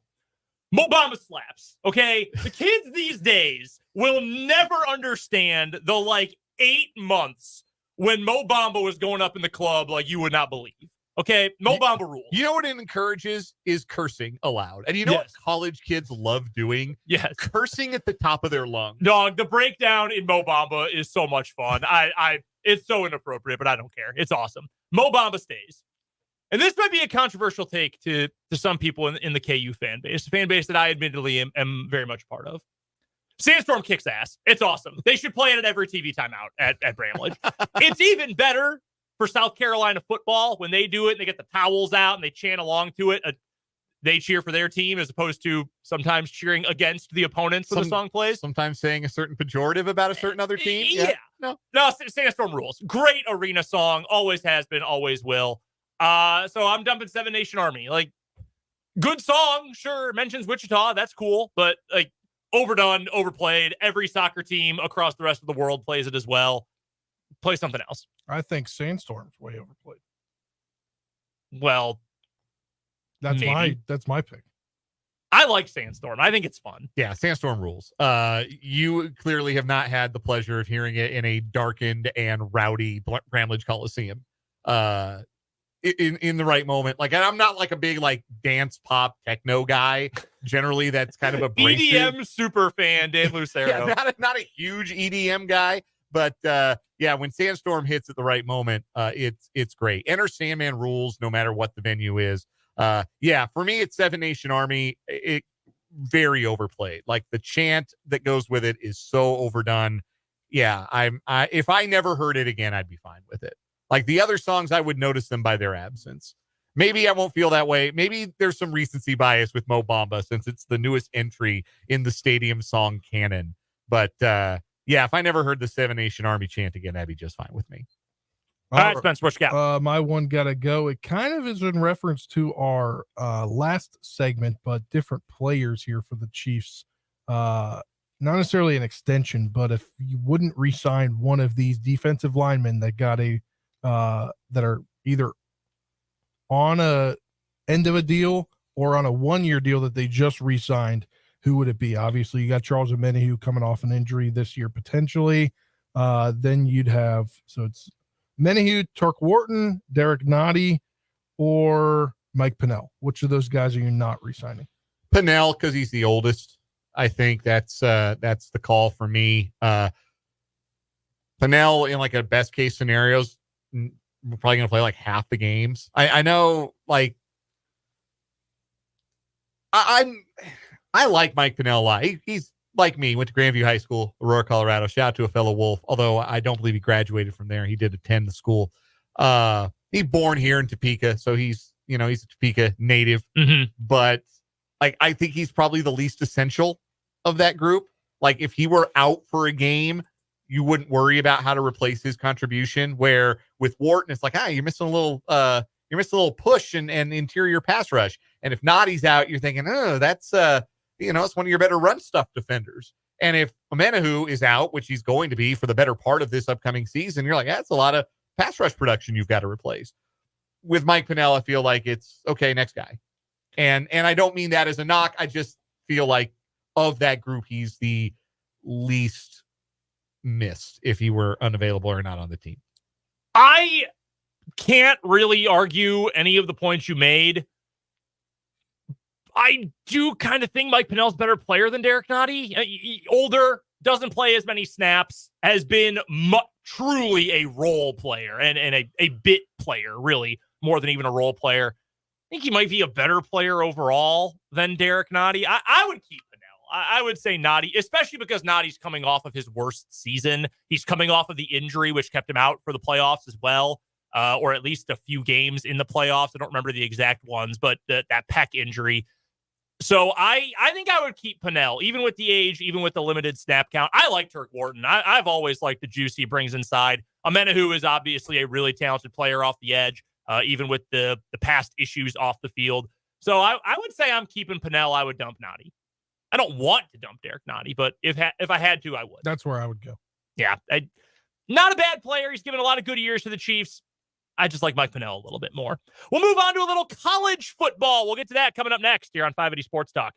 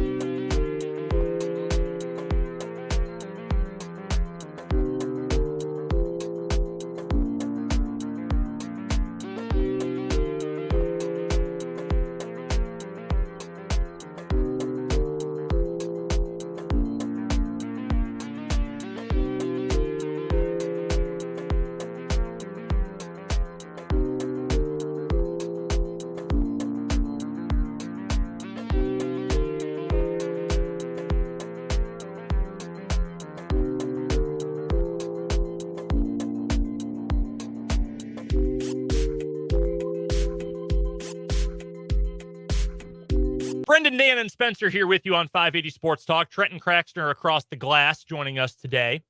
Royals baseball tomorrow during the afternoon, 12:10 first pitch. So we'll start with you just after 3 o'clock, just around 3 o'clock tomorrow on the show. We're with you until 6 today, leading up to Game 3 between the Royals and the Twins. A couple of comments here from the 580 Sports Talk YouTube channel. One from Paul. The 2014 Orioles abused the heck out of Seven Nation Army as their hype song. All it got them was swept in 4 in the ALCS. Punt that song into orbit. If there's one team I'm okay with using it, it's the Orioles, because the sound is literally just the letter O, and that's kind of their thing. It's on their hats and what have you. But like I'm sick to death of it in just about every other capacity. Like, I'm so tired of it. Yeah, it's just, you hear it all the time. All the time. It's fine. It's whatever. The other comment here, one got to go from our guy Joe. Angel Hernandez, Doug Sermons, Carl Cheffers, Tim Donaghy. One of those horrible officials has to go. I mean, it's got to be the one who did federal prison time, doesn't it? Okay. Yeah. Yes, but is he kind of a scapegoat?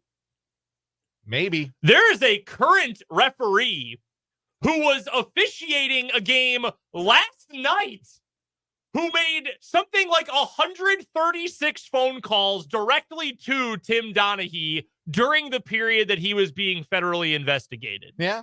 Scott Foster's been officiating this whole time. He has. Why else, pre-texting popularity, would you be calling someone who's being federally investigated for rigging games that often, unless you had a whole lot of things to tell him or ask him or tell him you were about to do? You could allegedly. You could do an NBA one with Tim Donaghy, Mark Davis, Tony Brothers, and Dick Bavetta, and I might keep Donaghy. It's awful, man. It is so bad. I think I'm getting rid of Doug Sermons. Because none of these other, like, Angel Hernandez sucks. Donaghy went to prison. Carl Cheffers, I think, is actually probably the best of the group, just not in Kansas City. Like, I see Doug Sermons and I want to fight. Like, I go into fight or flight mode and I'm ready to lace him up. Counterpoint. I could do a Big 12 officials one got to go with Doug Sermons, Ray Natili, Amy Bonner, and Jeb Hartness. And I'm keeping Sermons. I might too. Damn it. I might. Marcus Pettigrew. That was the name I was thinking of. You put Pettigrew on that list, I'm keeping Sermons. Who are you getting rid of from that group? If you're doing Big 12 basketball officials. Who am I getting rid of from that group? Yeah. Hartness. Every game he did last year took 2.5 hours. Amy Bonner. Get out here. Oh, she is really bad. Is wretched. Awful. Truly awful at her job. And look, respect to her in a male-dominated industry that she has gotten all the way to the top, and she officiates the NCAA tournament and the best men's college basketball league in the country. But good God almighty, she is abysmal. Absolutely awful at her job. This is such a great question. Who would you kick out, by the way, from Hernandez, Sermons, Cheffers, Donaghy? Well, I'll take away. I originally said Tim, but Angel Hernandez, I just can't stand watching games that he umpires behind the plate. You know, I was watching after the news broke the other day, yesterday or 2 days ago now, that he was retiring. I went online and I immediately started watching Hawk Harrelson compilation videos on YouTube. And I came across one from, I don't know when this was, early 2010s probably. White Sox were playing the Blue Jays, I think, and Joe West was the first base umpire. And Joe West called Mark Burley for a balk. It was not a good call at all. I mean, it was ridiculous. And I loved Mark Burley, by the way. He was one of my all-time favorite players. He was very much like just a guy for much of his career. He led the majors in hits allowed like 5 times. But I loved Mark Burley. It was the same pickoff move that he always used. He was a lefty. Yeah. And Joe West calls him for a balk. It's preposterous. There's not even an argument. It was just an awful call. Burley's upset. Ozzie Guillen comes out, gets upset. 1 inning later, Burley does it again. Nothing wrong with his throw over to first base. West calls him for a balk again and immediately throws out Mark Burley. I don't think Burley opened his mouth, and West just throws him out. Ozzie Guillen walks out. He gets tossed. Hawk Harrelson's having an apoplexy in the booth. Angel Hernandez was terrible. Really terrible. I still don't think he was worse than Joe West. Joe West thought he was God. Yeah. Joe West thought you walked into church on Sunday and worshiped him and his crappy country music. Yeah, if I'm trying to think of like if I gave you Angel Hernandez, Joe West, Balkan Bob Davidson, and CB Buckner. Man, I think Angel Hernandez might not even be the second worst in that group. I hated Bob Davidson. I hate CB Buckner. Really bad. I hate CB Buckner so much. What about NFL? Like, we got Cheffers represented on the list. What if I gave you Clete Blakeman, Carl Cheffers, Bill Vinovich, and Sean Hockley? I will take Hockley out. I would like to nominate Jerome Boger. Yes. Is he even still doing games? Yeah. I'm pretty sure he wasn't allowed to do late postseason games last year. Or recently, anyway. Yeah, Boger's absolutely terrible. He is listed as a former. Yeah, he retired after 2022. Did he really? Yeah. Wow. So yeah, he did have to go apparently. I don't know who retired after this year. I'm looking at the list of guys. There are a lot of these dudes I have no idea who they are, and that's probably good. Like The fact that I've never heard of Alan Eck in my life, he's probably a very good official. Alan Eck sounds like a self-help book author. I have heard of, like I feel like I can distinctly recall knowing that this person is a white hat. Brad Allen, Clete Blakeman, Carl Cheffers, Land Clark, Sean Hockley, John Hussey, Clay Martin, Sean Smith, Ron Torbert, Bill Vinovich. Oh, Ron Torbert stinks too. Yeah, he's bad too. You think Land Clark and Field Yates are friends? We used to make fun of Field Yates' name all the time. They get together with Sky Moore and hang out. That's funny. All right, I got to look at this list because some of those names, some of those guys are okay, at least. I think Brett Allen's fine. I think he does a fine job. Clete Blakeman's not very good. Clay Martin is not very good. Ron Torbert stinks. Craig Rolstad's okay. I think Sean Hockley's okay. He's not quite as buff as his dad. No, nobody is. No, it's very hard to be that buff as an older gentleman. I don't think much of this group is terrible. Jeffers is probably near the bottom. I should correct myself. He's probably close to the bottom. Remember when Chiefs fans made him cry? Yeah, I do. His voice quivered. Or it was at least on the verge of tears. So I Googled Bob Davidson, found his Wikipedia page, nicknamed Balkan Bob and Balk-a-Day Bob for his tendency to liberally invoke baseball's balk rule. In 1999, he was one of nearly 24 umpires to participate in a mass resignation that was intended as a union bargaining tactic. The maneuver backfired when baseball officials simply hired new umpires. So he was out of baseball for 4 years. He did sports talk radio in Denver at the time before getting fired from that job. Wow. Also, he ejected Youppi from a game. What? The Expos mascot. How do you eject Youppi? Tommy Lasorda wanted him gone. Terrible. Absolutely terrible. Who is the ref in college basketball with the high knees? Jeffrey Anderson. Thank you, Trenton. Jeffrey Anderson. High knees. There's a whole Twitter account that every time he does a game, they just tweet out video, crappy cell phone video of him running up the court doing high knees. He stinks too. Big Ten has a lot of bad refs, but I don't know any of them by name because I don't watch it enough. Yeah, I don't either. I know the ACC had old TV Teddy Valentine for many, many years. Oh, yeah. The SEC, I think it's Doug Shows is the guy that nobody likes. Yeah. I see Amy Bonner and I just have a visceral, angry reaction every single time. I can't stand her. They're all bad though. And you watch the games enough, you get to know who they are. Friend of ours, a mutual friend of ours, the coach, Larry Latimer. Yes. He's told me before, he's got a friend or a family friend, former student, I don't remember exactly who it is, but who is an official. He's a college basketball referee who has moved his way up, and he's done some high major and mid-major Division I basketball. And Lad has told me before, yeah, he does a good job. He's really good, and he wants to be good at the job. The problem is there aren't enough young guys like that, and there are too many old guys who think that you tune into Big Monday to watch them, to watch John Higgins walk to the monitor for no reason with 30 seconds left in the game. And I believe it. We need to have term limits. Term limits for referees. Jeb Hartness is the new monitor king of the Big 12 conference. I just Googled worst college refs and got a video called Jeb Hartness is the worst referee in college basketball. He ruined the Baylor-Iowa State game. That's when this video was published, right after that game. Utterly ruined that basketball game. It was the stupidest thing I've ever seen in my life.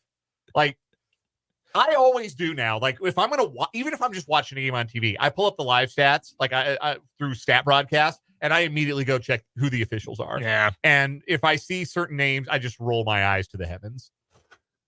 It's so terrible. Goodness gracious. Coming up in the 4:00 hour of 580 Sports Talk, we'll get to Lindy's College Football Preview Magazine, what they had to say about KU and K-State. Plus, we'll talk to Tim Fitzgerald and get to not one gotta go. What is wrong with you? What's wrong with me? That's coming up next hour on 580 Sports Talk.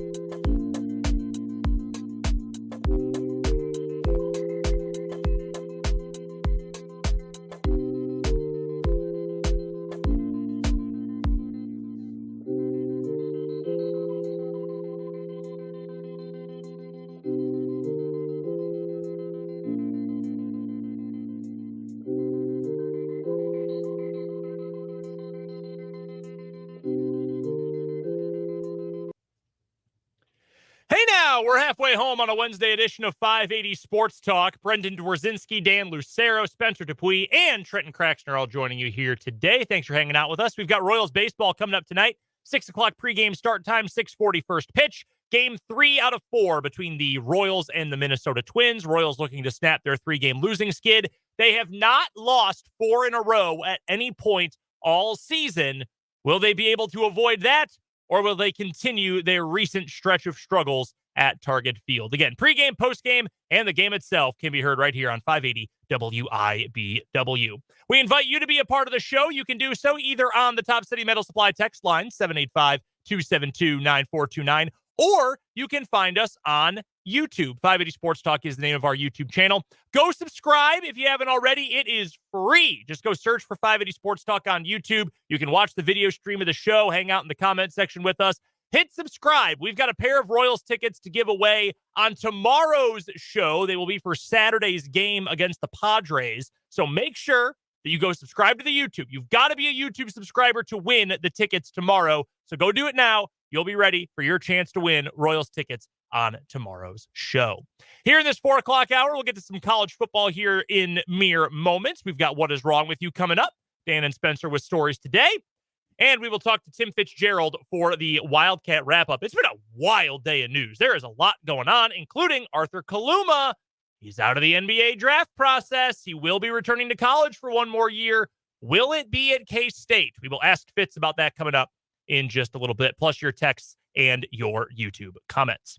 We were talking the other day about the Phil Steele College Football Preview magazine, the absolute best of the best. It'll come out here in a few weeks.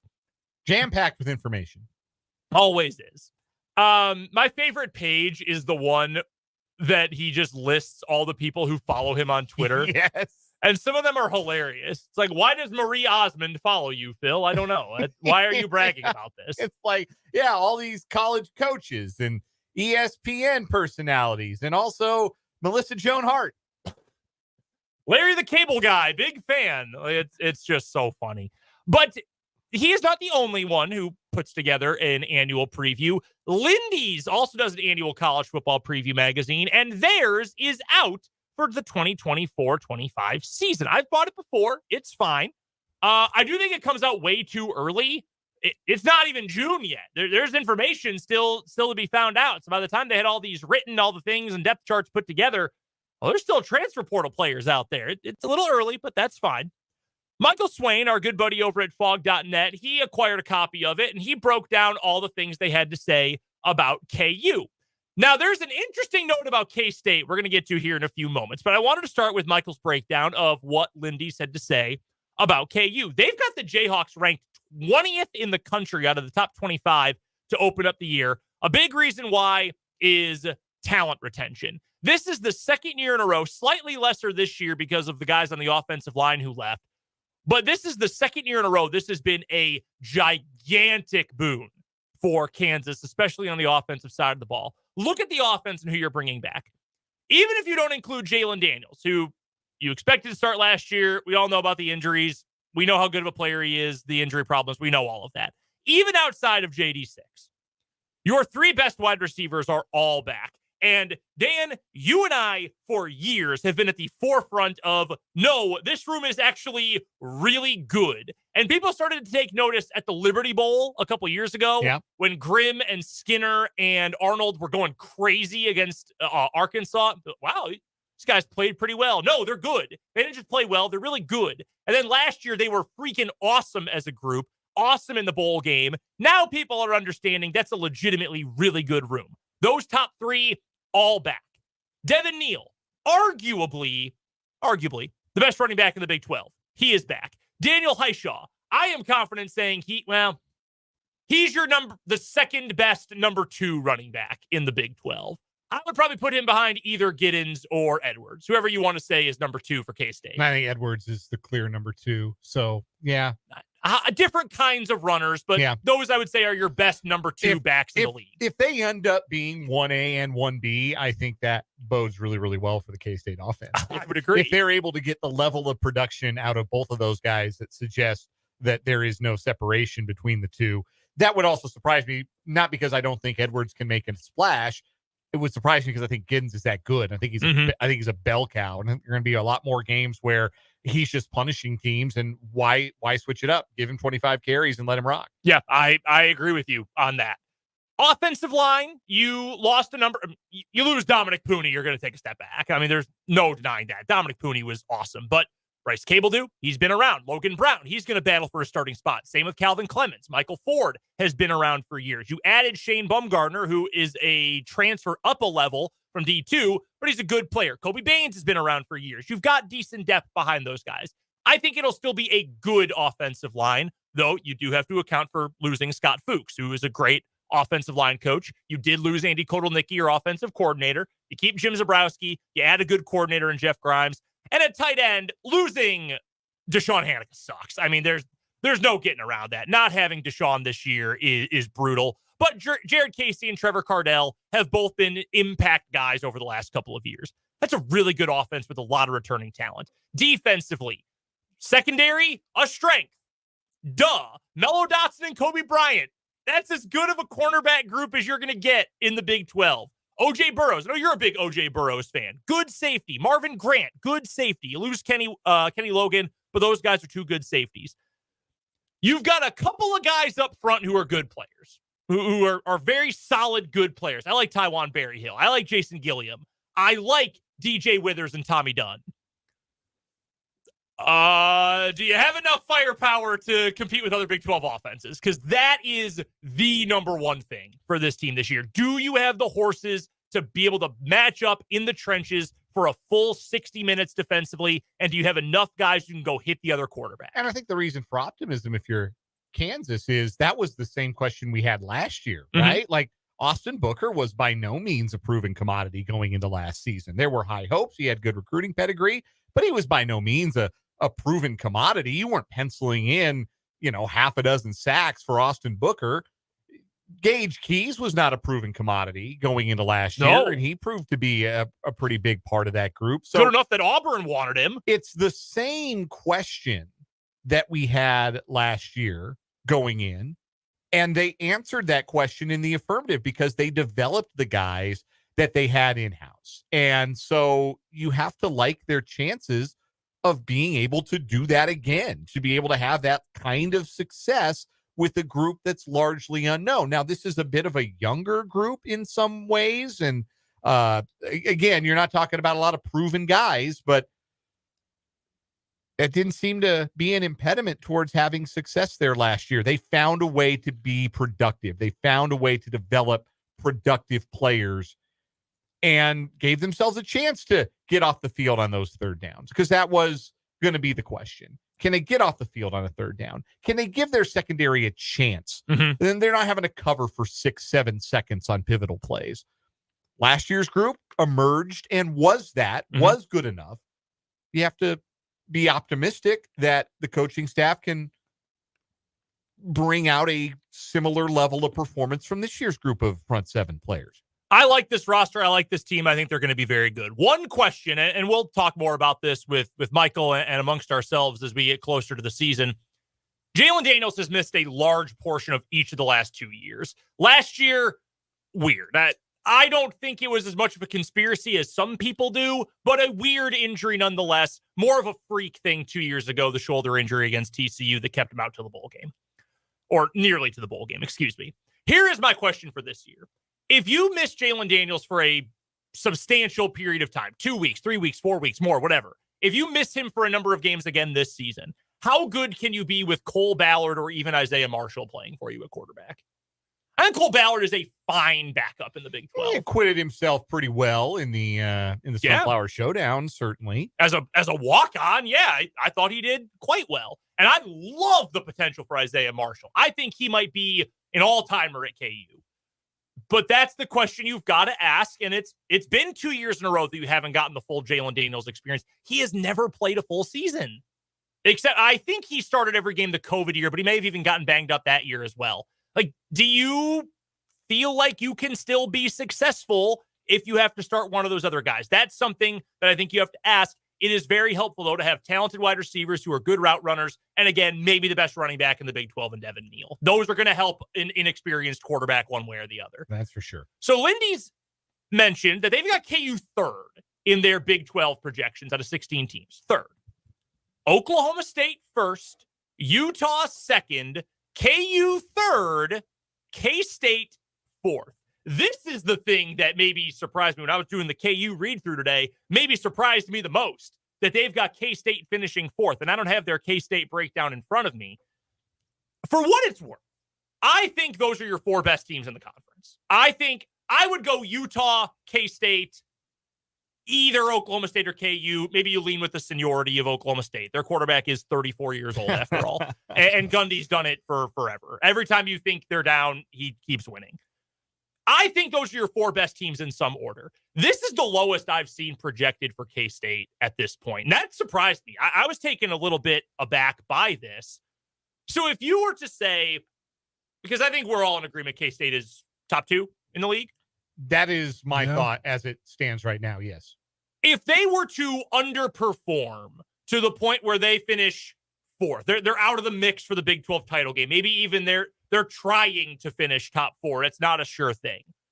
What would the season have to have looked like for them to be in that spot? I think the obvious potential answer would be Avery Johnson is maybe not quite as good right away as we hoped he would be. And I'm not necessarily saying that will happen. I'm saying if this outcome happened, that's probably how the season unfolded. Is it that the offensive line takes a step back without Leviston and Beebe? Too many question marks on defense, maybe not enough established guys. They've lost a lot of talent on the defensive side of the ball over the last two off seasons. What would have to happen for them not to be one of the teams playing for the Big 12 title? I think it's the trenches. I think that's what it comes down to. I think there are some legitimate questions about the level of returning production on the defensive line and the level of experience returning on the offensive line. Now, I'm pretty confident, again, given not just recent history. It's like with KU's front seven, like recent history, what they were able to pull together and how guys were able to improve and produce last year suggests to me that they can do that again with another group of largely unproven but talented young players. K-State's got like the last 3 decades plus of history of whatever 5 guys they put up front are going to be pretty solid. Mm-hmm. Like maybe there's not an All-American in the bunch, but it's not that they don't have experience. Like Taylor Portier's played a lot of football. Carver Willis played a bunch last year. Like you've got some guys up front who have played and know what it is to play in that league. They've got the big kid from North Dakota State, Kilty, in to play one of the tackle spots, who I think is going to help them a lot in his year of eligibility too. So I think K-State's going to be fine up front. I understand that being a question, but I'm confident, given recent and not so recent history, that Kansas State will find a way to make it shake with whoever they roll out as their front 5 on offense. And they're going to be blocking for an offense that I think has as much playmaking potential as any K-State offense in recent memory, given what they've got at quarterback, wide receiver, and running back. Defensively, though, I do wonder about the playmakers on the front 7. Mm-hmm. I do wonder about depth at linebacker, though they've tried to address that in the transfer portal. But they're going to need some depth at that spot, certainly. And I do wonder who's going to emerge as the pass rush threat.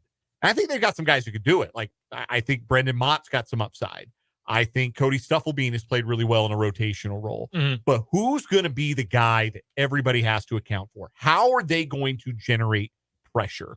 Because I think they're going to have to, because they're a little thin at corner. I like their safety group, but they're a little thin at corner this year behind Parrish and Garber. So I do have some questions about the defense. And let's not forget, they did not leave a great taste in everybody's mouth with how they played in the final regular season game of last year either.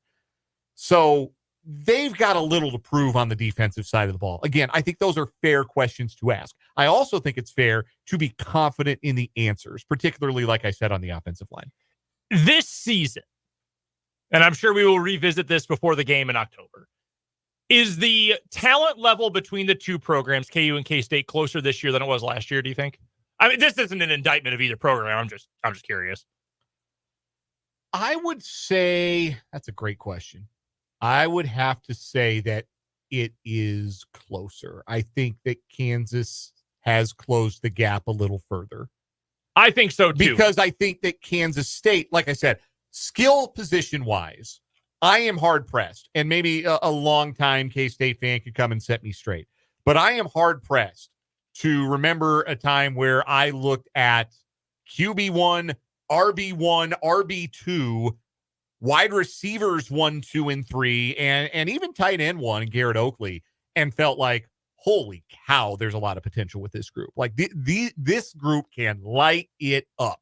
Like there have been great quarterbacks who've worn that uniform and great running backs who've worn that uniform and great wide receivers. But I think as a collection of skill talent, this is as promising and deep a group that Kansas State has had at the skill spots in a long time. Mm-hmm. I think KU's really close to that as well.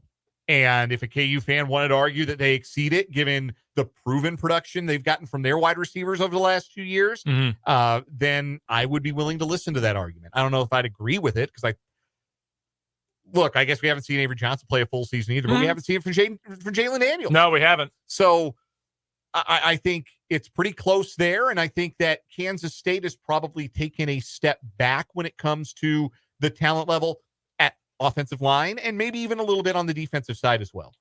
I think offensively, just going position by position, I think I would go with KU's wide receivers. I like the potential for K-State. And I think we saw as the year, like Jaden Jackson made some really impressive plays down the stretch last season. Yeah. I still like what Keegan Johnson can do. Very intrigued by Dante Cephas. Big 10 wide receiver. Dude can play. He was at Penn State. Penn State knows a thing or two about wide receivers, right? I think there's a lot of potential with this group. I'm curious to see what they will look like working with Avery Johnson. I would lean with the proven what I think is more proven production from the KU guys. I like both groups.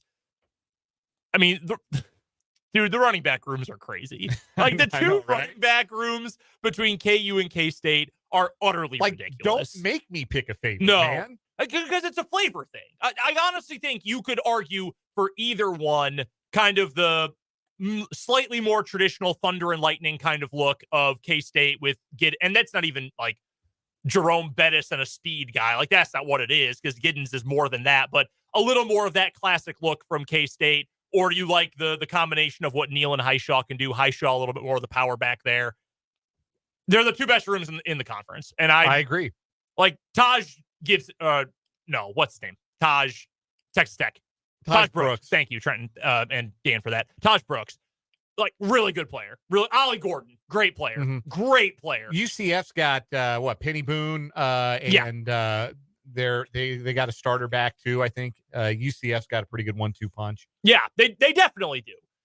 But if you're saying you get a whole room of running backs, these are the two best, then I don't think it's a question. No, I really don't. I don't either. I know there's other teams are recruiting well, but holy cow, that's 4 running backs between 2 teams that have legitimate all Big 12 potential. No other team's got that. And Texas almost always does. They're not in the league anymore. Right. They're not in the conference anymore. That was the one other team that can always make that argument. Coming up a little bit later on this hour, Tim Fitzgerald will join us for the Wildcat Wrap-up. But first, What Is Wrong With You, including a follow-up on a former What Is Wrong With You story, coming up on 580 Sports Talk.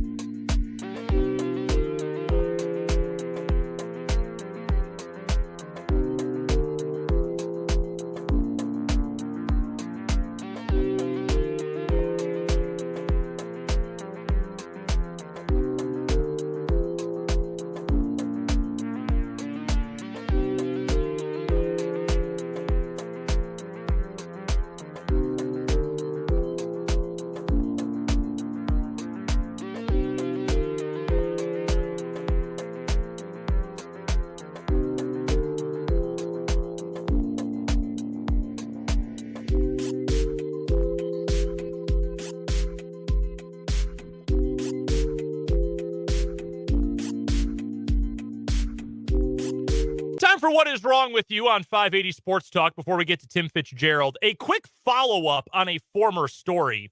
Dan, do you remember the guy who was suing women for saying bad things about him on dating sites? Yeah, I do remember this. Yeah, that dude was a real loser. And he was trying to sue women on a Facebook group for, like, do you know this weirdo on Tinder kind of people. Yeah. He's going to prison. All right. Not specifically for that. He is actually going to prison for tax fraud involving mob-connected sweepstakes kiosks. Nico D'Ambrosio, who made drew national attention earlier this year when he filed lawsuits against dozens of women who badmouthed him on a tell-all Facebook page, describing him as clingy, a ghoster, and a show-off with money. Well, yeah, he committed fraud, and he is now going to prison. Very, very funny story. Mob-connected sweepstakes kiosks? Listen, man, it's Chicago. I don't know what to tell you. It's, yeah. I don't know exactly what they mean by sweepstakes kiosks. I'm wondering if it's slot machines. There's a whole bunch of, like, places in Chicago. They're named all, like, Betty's or Bonnie's, and they have 2 tables, and they're bistros, and they have slot machines. Huh. Yeah, it's a whole thing. They are everywhere. They're like Locust. But yeah, a little follow-up on a former daily winner in What Is Wrong With You. But we've got 2 new stories going head-to-head today. Spencer, why don't you go first with your story today? All right. I had a story picked out earlier today, and I was perusing the Twitter sphere, the X sphere, whatever you want to call it. We call it the Twitter sphere. I'm not calling it the X sphere, but the Twitter sphere. And I saw this video pop up, and then I saw another video pop up, and this man from Ann Arbor, a Michigan man, is going viral for attending a virtual court hearing in Washtenaw County regarding his suspended driver's license while driving. In a case that had garnered national attention online, Corey Harris was scheduled for a hearing in Ann Arbor on May 15th in a case that involved driving on a suspended license. We'll play back this audio here about 35 seconds in about the court hearing. Yeah, so this is getting ready for his Zoom court hearing. And he pops in a case that once again involves driving on a suspended license. All right, take a listen. Assistant Public Defender Natalie Tate for Mr. Harris, who should be present in Zoom. Mr. Harris, are you driving? Actually, I'm pulling into my doctor's office, actually. So just give me 1 second.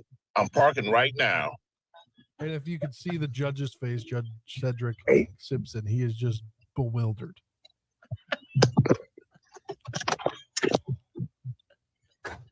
Throws his pen. You stationary?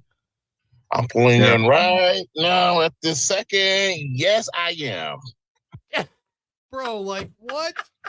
Why are you joining a court hearing while for a suspended license while driving? I'm going to guess his license was not unsuspended during the wait for his court hearing. Judge Simpson says, okay, so maybe I don't understand something. This is a driving while license suspended, and he was just driving, and he didn't have a license? That is what the charge is, Your Honor. After a long pause, Simpson said, I don't even know why he would do that. So defendant's bond is revoked in this matter. And defendant is to turn himself into the Washtenaw County Jail by 6 p.m. today. Oh my God, Harris said as he rolled his head back, realizing what he had done. And that's one of those cases of you mess around and you find out, if I could use another word, but I can't use that on the air. Dog, that's so funny. Yes. Telling on himself. Oh, that is so funny. Like, are you driving right now? Like, at that point, you got to lie, right? You got to be like, no, I'm on a roller coaster right now. Yeah, I am riding a bicycle. Yes, this is my bicycle. It has a roof. Or you just join it as like non-video first and then park your car and then like oh yeah, hold on. Gotta find the video button. Hold on. Okay, good. Yeah, here we are. Yeah. He's getting out of his car. He does. Gosh, he sounds like everybody's dad trying to work FaceTime. Like, oh my gosh. Do you remember our yearly semifinalist Zoom court story from a couple years ago. Oh yeah, I'm in here. This is me. I'm not a cat. No, not the cat guy. Not a cat guy. No. Then I don't remember this one. Butt Bleeper 3000. Oh no, yeah, I do remember that now. You yo-ho. His display name on Zoom was profane. Butt Bleeper 3000. Yeah. And the judge, like, are you kidding me with this? Oh God, those that are was so an funny because like I've also seen another one where it was I think it was a domestic case, and like they were both on video in the same house. So dumb. Like, what are you doing? Yeah. All right, Dan, what's your story? All right, we have a guy who stole a charity, a motorcycle that was being auctioned off for charity. He stole it off the porch of the L Street Tavern in Hampton, New Hampshire. The custom bike was supposed to be picked up by the winner of a raffle in which the proceeds of nearly $23,000 helped a family struggling with Alzheimer's. Surveillance video showed someone riding off the tavern's patio on a motorcycle. My bartender comes running up and says, someone just got on the bike and took off with it. Somebody just stole the bike. L Street Tavern owner Jake Magro said, I thought they were joking with me at first. Police said the motorcycle was seen traveling south onto Ocean Boulevard heading towards Seabrook. Law enforcement attempted to stop the rider as the motorcycle took off into Massachusetts. Hampton police said the motorcycle was recovered Monday night in Wrentham, Massachusetts. Police said there was a mechanical issue with the motorcycle that allowed officers to take the rider into custody. The mechanical issue is not specified, but this detail may lend a clue. Additionally, police said there were deer remains found in the motorcycle saddlebags. Guy hit a deer. 36-year-old Brian Bennett of Amesbury, Mass. was taken into custody in Massachusetts. Hampton police said they have a warrant out charging him with theft by unauthorized taking. Jeez Louise. That's one thing to steal. Yeah. It's quite another when you're stealing something that's being raffled off for a family struggling with Alzheimer's. Just dirtbag stuff. And then he ran into a deer and couldn't go any further. Dirtbag to the core. That's not beating our guy. No, suspended man. license guy. And that's definitely beating our winner from yesterday. That's going to be a hard one to take down, I agree. think. Oh, my gosh. Of all the things to be doing while you have a court hearing, of all of the things. Driving on a suspended license, showing up for your Zoom court hearing while driving. That's next level stupidity. How funny is that? That's our new weekly winner in What Is Wrong With You. Coming up next, Tim Fitzgerald will join us for the Wildcat Wrap-up on 580 Sports Talk.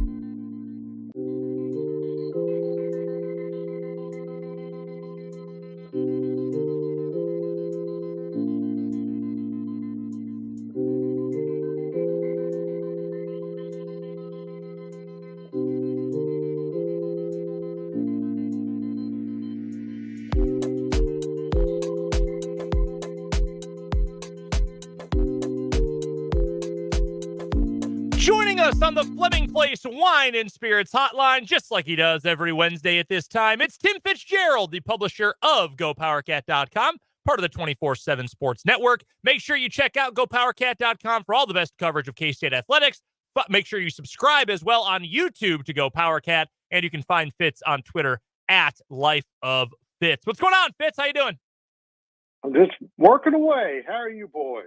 Doing great. We're having a phenomenal day. Well, I'm speaking for myself. I'm having a great day. Maybe Dan and Spencer are in a terrible mood. I don't know. But I'm doing great. I think we're all having good days. I'm in a great mood, man. We're all good. Yeah, we're cooking. Whatever. Well, Fitz, we've got plenty to get to on the K-State front. Let's get to a little news potentially for the basketball team today, the men's basketball team, and that is with Arthur Kaluma officially withdrawing from the NBA draft. Jeff Borzello of ESPN referred to him as one of the better players remaining in the transfer portal now that he is staying in the college game for one more year. We talked about him a few weeks ago, and you said that, hey, look, K-State is going to continue looking for guys. His spot is not necessarily being saved. Well, he's available again, and K-State has a couple roster spots. Do you think that a reunion is potentially in the cards for Kaluma and the Cats? I think there's certainly going to be a discussion. Now, again, he's right. He's got a lot of value. So that brings into question, what is his NIL value? Does he want more money, even to the point of going to another school? He seemed to really like Kansas State, but you know what the atmosphere now is in college sports. You give me an extra nickel, I'll move to Anchorage. And I wouldn't. I want to be clear about that. I wouldn't. But it's just crazy out there. So I think the intention is probably to bring him back unless something's happened since, I said that behind the scenes. But we'll see. They certainly need one more big man for sure. And, Kaluma adds to their athleticism. Tell you what, if they get him and another athletic big man, this is going to be the most athletic K-State team in history by far. Because these dudes can get up and down, jump and run. And now, are they going to be a good basketball team? I don't know. But they should be very fun to watch. So we'll see what develops with Arthur. I would love that. You add another athlete. You add someone else who can run the floor 94 feet. I would love that. To me, that says right away, at the very least, the bare minimum, K-State will be a lot more fun to watch next year than they were this past season. But the question then that comes up, and you mentioned it with the NIL stuff there, Fitz, what is sort of the approach at this point for K-State with the available NIL funds for player and Wildcat NIL, the collective, their ability to get some scratch to these players? Because I would imagine, like you told us, if they were going to recruit for those spots, whether Kaluma was available or not, I would imagine they had to make some contingency plans with their funds. How does that sort of play into now having this kind of player available? Yeah, I'm not sure. I know that they had a healthy budget heading in, a budget they thought would be among some of the best in the country, and it's turned out not to be. I mean, some of these programs are just absolutely flooding the market with dollars that honestly isn't sustainable or make much sense. I mean, when players are getting $2 million a year that average 10 points a game, it's out of whack. And I don't know how you sustain that, and I don't know how you create a locker room environment with that. I think K-State's been a little more cautious. They've spent what they need to spend, and I'm sure they've got money set aside. They intended on adding two pieces, and not just two throwaway pieces. Now, they've popped up on a JUCO player, and I don't have his name in front of me. So maybe that's a contingency plan, or maybe that's a low-cost plan that they could bring someone in. He's another wing, though. So maybe he's a Kaluma replacement if Art decides to go somewhere else. What are the options at the post position, Fitz? Because Baba Miller announced today he was a longtime K-State target coming out of Florida State. He announced today he's out of the draft process. He's going to FAU. He's going to go play at Florida Atlantic. You got Onyenso from Kentucky is another name we've heard mentioned. Adam Zagoria mentioned 6 schools in connection with Onyenso's recruitment. None of them were Kansas State. What are the realistic options? Is K-State going to be able to bring in an impactful big man, or or are they just going to play real small and wing heavy this next year? That's a possibility. But I also think a possibility is holding that scholarship and waiting to see exactly if something occurs with what we saw with Will McNair. Went to school, we went on their trip, and then said, you know what, this isn't a place for me, and hop back, in the portal. As a grad, it has to be a grad student at that point. But, those players could be out there. In case they got two of them last year in August. So maybe that's where their approach is. There's also this slightly undersized post named Dan Lucero, who is really underrated. He's got bad hops. Matt, not the bad hops. And he's got a good 3-foot range. So he's a possibility. Slightly undersized is the nicest thing anyone has ever said about my height, Fitz. So thank you very much for that. We're on with Tim Fitzgerald of GoPowerCat.com on the Fleming Place Wine and Spirits Hotline. This is the Wildcat Wrap-up on 580 Sports Talk. Fitz joins us every Wednesday on the program to talk all things K-State. Find him and his staff's outstanding work at GoPowerCat.com, part of the 24/7 Sports Network. And, of course, follow Fitz on Twitter at Life of Fitz. Shifting to the gridiron, we were talking earlier this hour, the college football preview magazines are starting to hit the shelves, and Lindy's is the first magazine out, and they project a 4th-place finish in the Big 12 for Kansas State this coming season. That's a little lower than I think all of us in this room expect Kansas State to finish in the Big 12. What do you see as K-State's floor this year on the gridiron? And if they do not reach their ceiling as a group, what do you think would be the thing or things that hold K-State back from being as good as many expect them to be? Well, number one is an injury at quarterback. That just changes everything for this team because I think most projections that have K-State at or near the top of the conference is because of Avery Johnson. People have seen how dynamic he is, both as a runner and a thrower. And I know there's a lot of people out there trying to claim he can't throw the ball. They are in for a surprise. And I don't quite understand that. Do you know who the top 3 were in that Lindy's pick? Yeah, it was Oklahoma State 1, Utah 2, KU 3. Okay, going with Oklahoma State 1. That is interesting. Nobody else is doing that. I think Oklahoma State has been undervalued by, certainly betting odds and those things. I think they're a good bet. But I don't know if they're poised to be the top team in the conference. I think they got a lot of breaks that went in the right way last year, despite playing pretty miserable football for about half the year. But they beat the right teams at the right time, and we're in a position to play Texas, and we're overmatched. As for the 4, I think it's probably barring an early injury to Avery, middle of the pack in this conference. But in this league, we got so much unknown. We don't know how these pieces are going to fit together. We don't know who really is going to be good.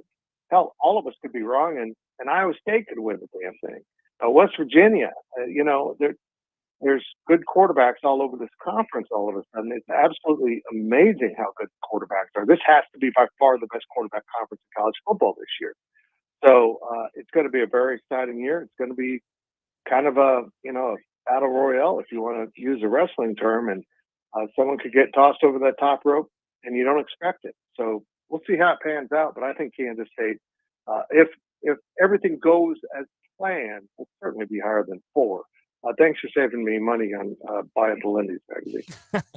It's the funny thing about the Avery Johnson can't throw narrative. And look, I get some of it is people just bantering on Twitter. I get it. It happens sometimes. That's whatever.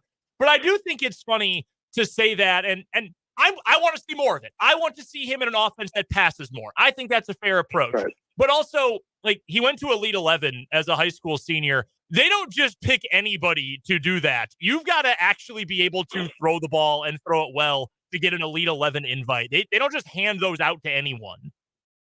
Yeah, you're exactly right. And a lot of people said he was, the best, or certainly one of the best quarterbacks at that event. And he's just got some intangibles about him that I think will help in terms of leadership. But again, you got to prove it over the course of the season, and I understand that. They were really careful with him in the bowl game. They didn't really open up the offense. They kind of relied on some other people. But when they needed it, he went out there and delivered a beautiful pass to Jace Brown for a touchdown. And also his receivers, his group of receivers appears to be better this season. Replacing Ben Bennett isn't easy, but I think Garrett Oakley can do a lot of those things. And add in Dylan Edwards. I think he's just got enough weapons around him to take pressure off of him and really make a defense stop and think about who's going to have the ball. And that's really a huge asset. Not knowing that they're just going to line up and run it with DJ Giddens, so they're going to throw it to the tight end, because they were doing that pretty often. And now they can sprinkle in a lot of other weapons, including Avery as a runner, that will really make it hard on a defense coordinator.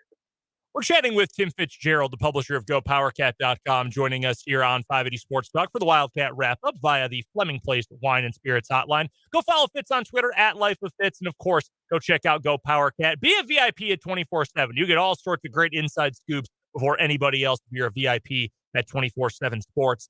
What do you think, Fitz, as we talk about this offense and what it's going to look like in year one for Avery Johnson as the full-time starter anyway, what do you think, from what you know about is going to be the big difference right away between offensive coordinator Connor Riley and his predecessor, offensive coordinator Colin Klein? And Matt Wells. I shouldn't forget Matt Wells in there. Yeah, it's a great question. And that's exactly why it gets a little confusing, because Matt Wells has added some of his run and pass pattern concepts into this offense. And I imagine they went back to the board on some things with the addition of Dylan Edwards to figure out how to get him and DJ Giddens and the whole crew out there together. They're really making it difficult.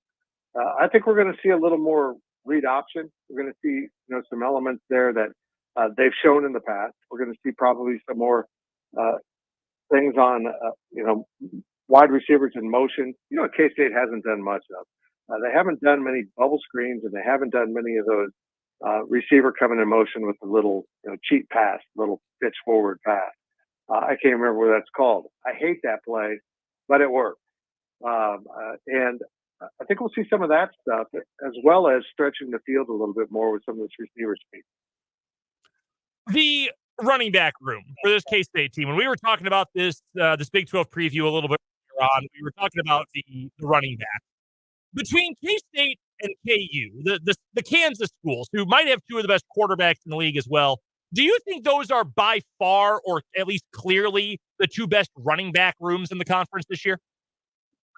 I got to admit, I'm not familiar what Oklahoma State and Tech have behind their studs. So I'm a little ill-equipped for that, but it's pretty damn good. And to think these are Kansas kids. Every time I do a national show, I point out that, keep in mind that Avery Johnson and Giddens and Edwards are all Kansas kids. So it's kind of amazing. And you flip it over to KU and the running back, Evan Neal's Kansas kid. There's talent in this state to compete at a high level. There's just not enough of it, certainly for two programs. But yeah, both offenses, I think KU, particularly Jalen Daniels, is going to be healthy, is going to be really good this season. It's going to be fun football in the state of Kansas. Let's get to baseball real quick, Fitz, because the Cats are into an NCAA regional for the first time in over a decade. It's been 11 years. Pete Hughes' group is back in. How big of a deal is this for K-State baseball after being left on the outside looking in the last 2 years to finally get back to a regional? And really, how big is it for head coach Pete Hughes? Yeah, it is. They addressed the schedule issue that hurt them last year. Did a great job scheduling. And maybe they haven't performed quite as well as people expected. I think we expect them to be a little more competitive in the Big 12. They ran into some hiccups, but listen to Coach Hughes. He feels like his team is, kind of got the right parts in place now for the postseason. We didn't necessarily see that in Arlington, but I'll take him at his word. We're playing Louisiana Tech on Friday. They're going to have their hands full. The Bulldogs are a pretty good team. And so it's not going to be easy in this block of teams, but we'll find out. If they somehow come out of this, I think would be a huge sign that maybe they're going to get it rolling. But I fear they're going to be in a lot of trouble here and just not have enough weapons to get them through more than 3 games. What did you think last week of having, and look, you're trying to get to this spot, save your job if you're Pete Hughes, I get it, but what did you think of having Owen Borma go for 130-plus pitches? Now that we know where K-State has gone, because I know we talked about it last week after it happened, but do you think with the benefit of hindsight, like, yeah, that was worth it, even if the kid might need a couple extra ice packs? Yeah, probably. You know, I've said this before. I grew up in an area where the major leagues had 4-man rotation and relief pitchers, you know, maybe there was a closer, but that middle relief wasn't really a known job. And those guys would go over 100 pitches for a lot of starts. It ruined a lot of arms, but I don't think we should think that just because they do it in one game, it's going to hurt them in the long run. If they repeatedly do it, yeah, I think there's a concern with it. But it was one of those situations where Coach Hughes thought, I got to let this guy go. He's pitching really well. Let's just let him do his thing, and we'll worry about icing down that arm afterwards. All right, Fitz, we've got 30 seconds here. One final question. Huh? Are you going to pre-order the new College Football 25 video game, or will you just get it the day it comes out? I'm not a video game guy. Well, I am a video game guy to the point of it's like kind of, you know, I'm just going to try this heroin. And then, you know, a week later, I'm naked in an alley begging people for money. That I can't do this. If I get that game, I will disappear from the face of the earth and just be in my studio playing a video game. And I don't think that's in my best interest. Real. Yeah, you and Dan Lucero both. Go check out Tim Fitzgerald's great work at GoPowerCat.com. Be a VIP at 24/7. It's 100% worth it. Make sure you follow Fitz on Twitter as well, at Life of Fitz. Always appreciate the time, Fitz. Thanks so much. Thanks, boys. That is the one and only Tim Fitzgerald from GoPowerCat.com. 1 hour left of 580 Sports Talk coming up after the news.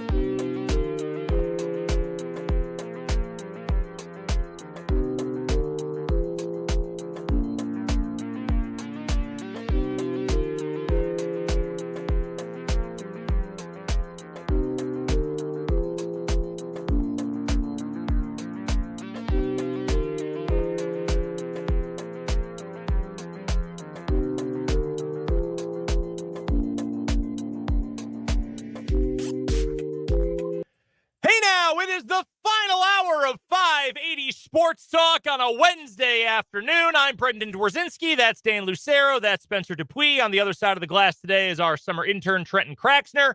Thank you so much for spending some of your afternoon hours with us, whether you're listening on 580 AM, 104.9 FM, online at 580WIBW.com, or checking us out on the 580 Sports Talk YouTube channel. Don't forget to go subscribe to us on YouTube. You can watch the video version of the show. You can jump into the comment section. Let us know your thoughts on anything we're talking about today.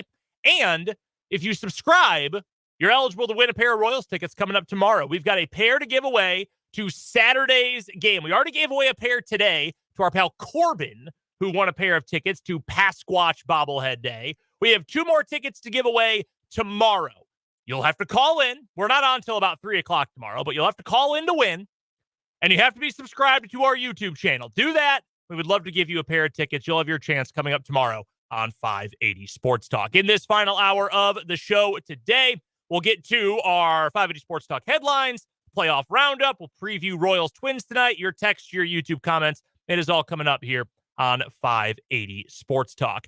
We've got a bunch of 580 Sports Talk headlines to get to, so let's get started. And my first one is something that broke earlier on today, right about 2:30.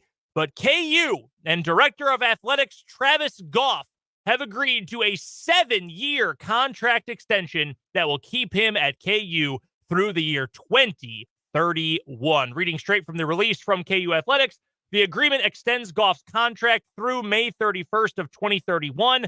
His base salary increases from $700,000 annually, which was dead last in the Big 12. Kind of incredible to think when you think about KU's revenue. It increases his base salary to one of the highest in the Big 12, $1.3 million. Additionally, Goff's title has been elevated. He is no longer just Director of Athletics. He is now Director of Athletics / Vice Chancellor for Athletics. Doug Girard, the KU Chancellor, saying in a statement, Travis has proven to be among the most respected athletic directors in the country and a terrific fit for KU at this moment in our history. He has established a culture of excellence and integrity within Kansas athletics and done so while navigating unprecedented changes to the collegiate athletics landscape and positioning KU for long-term success. We are thrilled he's a Jayhawk, and we look forward to his leadership for years to come. Travis Goff, also with a statement. You can guess probably what he said. Bill Self and Lance Leipold have also made statements at this time supporting the new contract for Travis Goff. Now, Pete Thamel over at ESPN, he also reported that the average annual compensation for Goff would actually be $1.6 million. We don't have the full contract yet, but once that comes out, we'll be able to see the bonuses, the escalators, the buyouts, everything like that. This is a big deal for KU. Since Goff took over going into 2021, everything has gotten better for KU athletics. You want to talk about facilities? There are going to be improvements that are finished up this year on Allen Fieldhouse. Obviously, the updates to David Booth Kansas Memorial Stadium. You look at Hoagland Ballpark, where KU plays baseball. They are going to get some upgrades in the near future. Football has gone from the laughingstock of Division I football to being picked third in the Big 12 this year by Lindy's College Football Preview magazine. They might be in the AP preseason top 25. They might, for the first time since 2009, I believe. Would say so, yes. I believe it was 2009. That would be pretty impressive. I'm so excited for when we run out of since 2008, 2007, 2009 things with KU football. KU basketball, men's basketball, won a national championship under Goff. The women's team has been to 2 of the last 3 NCAA tournaments and won the women's NIT in the middle. The baseball team is no longer lost in the wilderness. Softball's on the way up. Track is still in a good spot. Golf, tennis, all these programs in a good spot. It's not all necessarily because directly of something Travis Goff did, but the KU Athletics Department has taken a huge step forward. He's done a great job. He's a Kansas guy. He's a KU grad. And this is a good day for KU Athletics. Really good day to get him locked up for as long as you possibly can. No doubt. KU Athletics has thrived in his stewardship. He fixed football. He repaired the relationship with Bill Self. Those are the two. Yeah. Even if he did nothing else, you'd say he was one of the best ADs in the country. But the fact that all these other programs under his purview are thriving as well just tells you what a job he's done. Well, and real quick, we should also mention with the men's college basketball team, KU got off pretty easy for the whole FBI, NCAA allegations. And they weren't alone. Thing. Most schools did. But this is also immediately following the guy in Jeff Long who was actively trying to sabotage his own football team in order to fix penalty. Like I don't even need to get into more of it. Like, that's what Jeff Long was trying to do when he took over the job. He didn't just throw David Beatty under the bus. He threw him under the bus, drove the bus over him, back to the bus, back over him, and did that repeatedly. So, yeah, he did. And do I feel bad? No. But should he have done it? Also no. Great back and forth in the YouTube comments. Our guy Vance says that's good for him. He deserves the new title and the pay raise. I agree 100%. JB says, isn't Bill Self the real AD? Vance replied, no, he's closer to the Supreme Grand Potentate.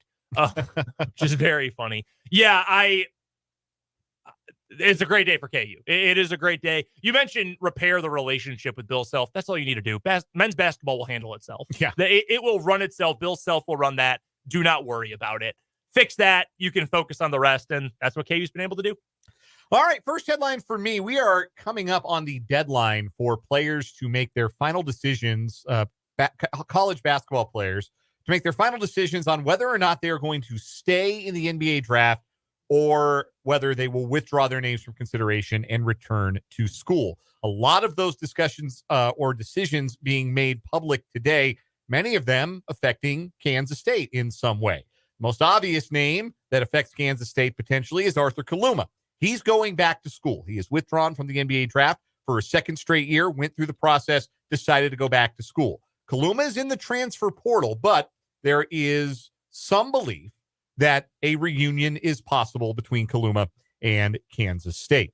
Achor also withdrew officially from the NBA draft today. That's not a huge surprise. Obviously, he had committed out of the portal to Kansas State from Samford, but was still part of that pre-draft process. He withdrew today, made it official. He's going to suit up for the Wildcats next year. One K-State target from this offseason has not only announced that he will return to school, but has announced where he's going and that it will not be Kansas State. Baba Miller, the 6'11" power forward out of Florida State, previously of Florida State, withdrawing from the NBA draft process. He's going to go to FAU, which is a really curious decision for a player of his caliber, but he can be the man at FAU. And, I mean, there are worse places to spend a year of college than Boca Raton. I would expect them to stay in the top 25. I would not. I don't think they're going to get that kind of benefit of the doubt. They lost Nelly Davis. More about him in a second. They lost Vlad Golden. They lost their coach. I don't think they're going to get that kind of benefit of the doubt. Even with a guy like Baba Miller coming into their program, I'm sure they'll contend in the American, but that's not a preseason top 25 program, at least as far as I'm concerned. I would be very surprised. Lost Elijah Martin, too. Yeah, Elijah Martin, their other stud guard. Did he stay in the draft, or where'd he go? No, he wanted to go to Michigan. Right. He's at Florida. Yes, he ended up going to Florida. So, yeah, that's a lot lost. I do know there are a lot of people who really like their new head coach. Jakis, the former Baylor assistant. John, I think it's Jakis. I think you're right. Yes, John Jakis. I know there were people around college basketball, I think CJ Moore was one of them, who loved that hire for FAU. And honestly, I would love any hire of a Baylor assistant. They all win. They win all the time everywhere. They're all great hires. That's true. I do agree, though, that's kind of an interesting fit for Baba Miller. I will not disagree with that. Maybe he didn't want to leave Florida. Another big man who's been on K-State's radar reportedly, former Kentucky Wildcat Ugonna Onyenso, announced today that he is coming back to school. But Adam Zagoria of Zag's blog, very tied in, had a list of 6 schools that are reportedly most in on Onyenso, and Kansas State is not one of those. So I would be pretty surprised if he ended up in Manhattan. He returns to the transfer portal. Where did, real quick, I'm pulling it up right now, Zagoria have him Oklahoma listed? Was one of them. I think Rutgers, South Carolina, I want to say. Interesting. But yeah, I just know Kansas State wasn't one of them. That is interesting. I wonder why. Mentioned Nelly Davis, former FAU standout. He had announced he was transferring to Arkansas if he did not stay in the draft process. He's not staying in the draft, so he's going to play for John Calipari this coming year. Alex Caravan is going back to school. The UConn standout will try and make it 3 straight national titles with the Huskies. Caleb Love going back to school as well. He'll return to Arizona for his final year of eligibility. The two most prominent names I can find that have announced that they're staying in the draft process today, former Colorado guard KJ Simpson. That's a big deal because without KJ Simpson coming back, that Colorado roster is wretched. I think after doing the research, I think that is your worst team in the Big 12 next year. And I hate that for Colorado, and I hate that for Tad Boyle, but that roster is stinky. Yeah. Stinky. Oh, Tad. They've got a D2 and an NAIA transfer in their projected starting five for next year. Hell yeah. Like, I mean, love it. On the one hand, love it. On the other hand, in the best basketball league in the country, I don't know how that's going to translate. The newcomers, other than Arizona, are going to really struggle. Colorado's roster is going to stink. Utah. Arizona State has added some, like Jalen Quintance, the 5-star Quaintance, excuse me. Like really good player. Mm-hmm. I don't think Alston Mason out of Blue Valley Northwest. Yes, they've added talent.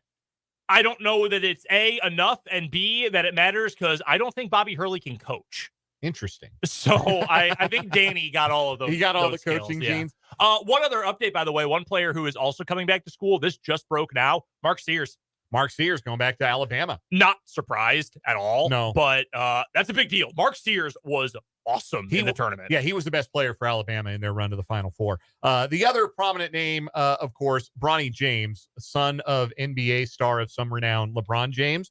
He is staying in the NBA draft process. There's a great old tweet. Yeah, it's a quote. Bronny James saying he wouldn't wear his dad's number because he wants to, make his own legacy. He doesn't want people to just know who he is based on the uniform. Yeah, number. Saying now entering the game, number 4, LeBron James Jr. Yo, who's that? LeBron James Jr. So yeah, he's staying in the NBA draft.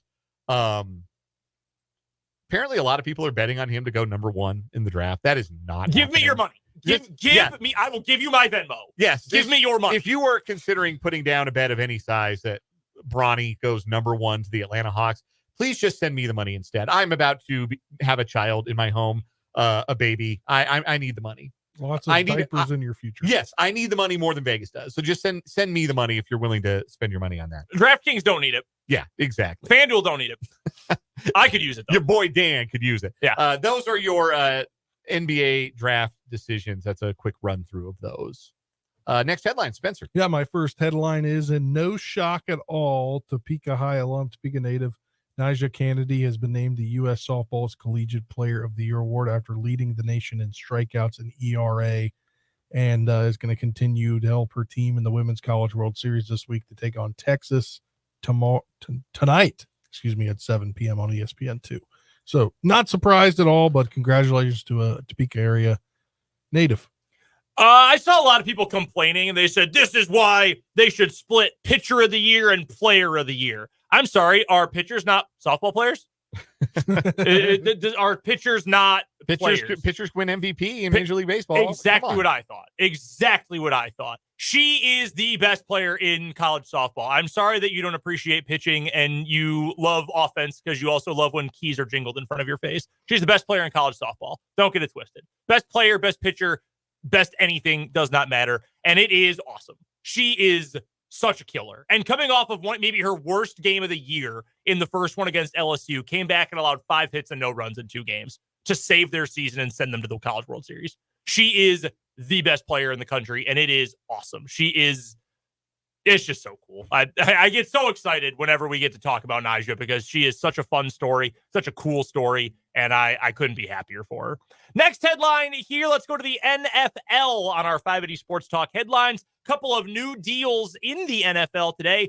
Friend of the program, Dalton Reisner, signs a new 1-year deal with the Minnesota Vikings. That's where he played this past season. So he will go back and I would imagine will compete for a spot on the interior of their offensive line. We spoke about Dalton a while back, a month or 2 ago now, and saying probably a month, and said, man, it's just weird that no one wants to sign him. And there are rumors out there that he has not always been the most pleasant teammate to be around. Let's say that. Sometimes, didn't have a ton of supporters in the Denver locker room, Minnesota, it was very clearly a rental thing last season. Okay, whatever. Dalton Risner's a good football player. He might not be Trey Smith as a right guard, but he's not like name any Charger guard from 2012 to 2022. Like he's not those guys. He's a plug-and-play starter. You have him on your team, you have a starting caliber guard.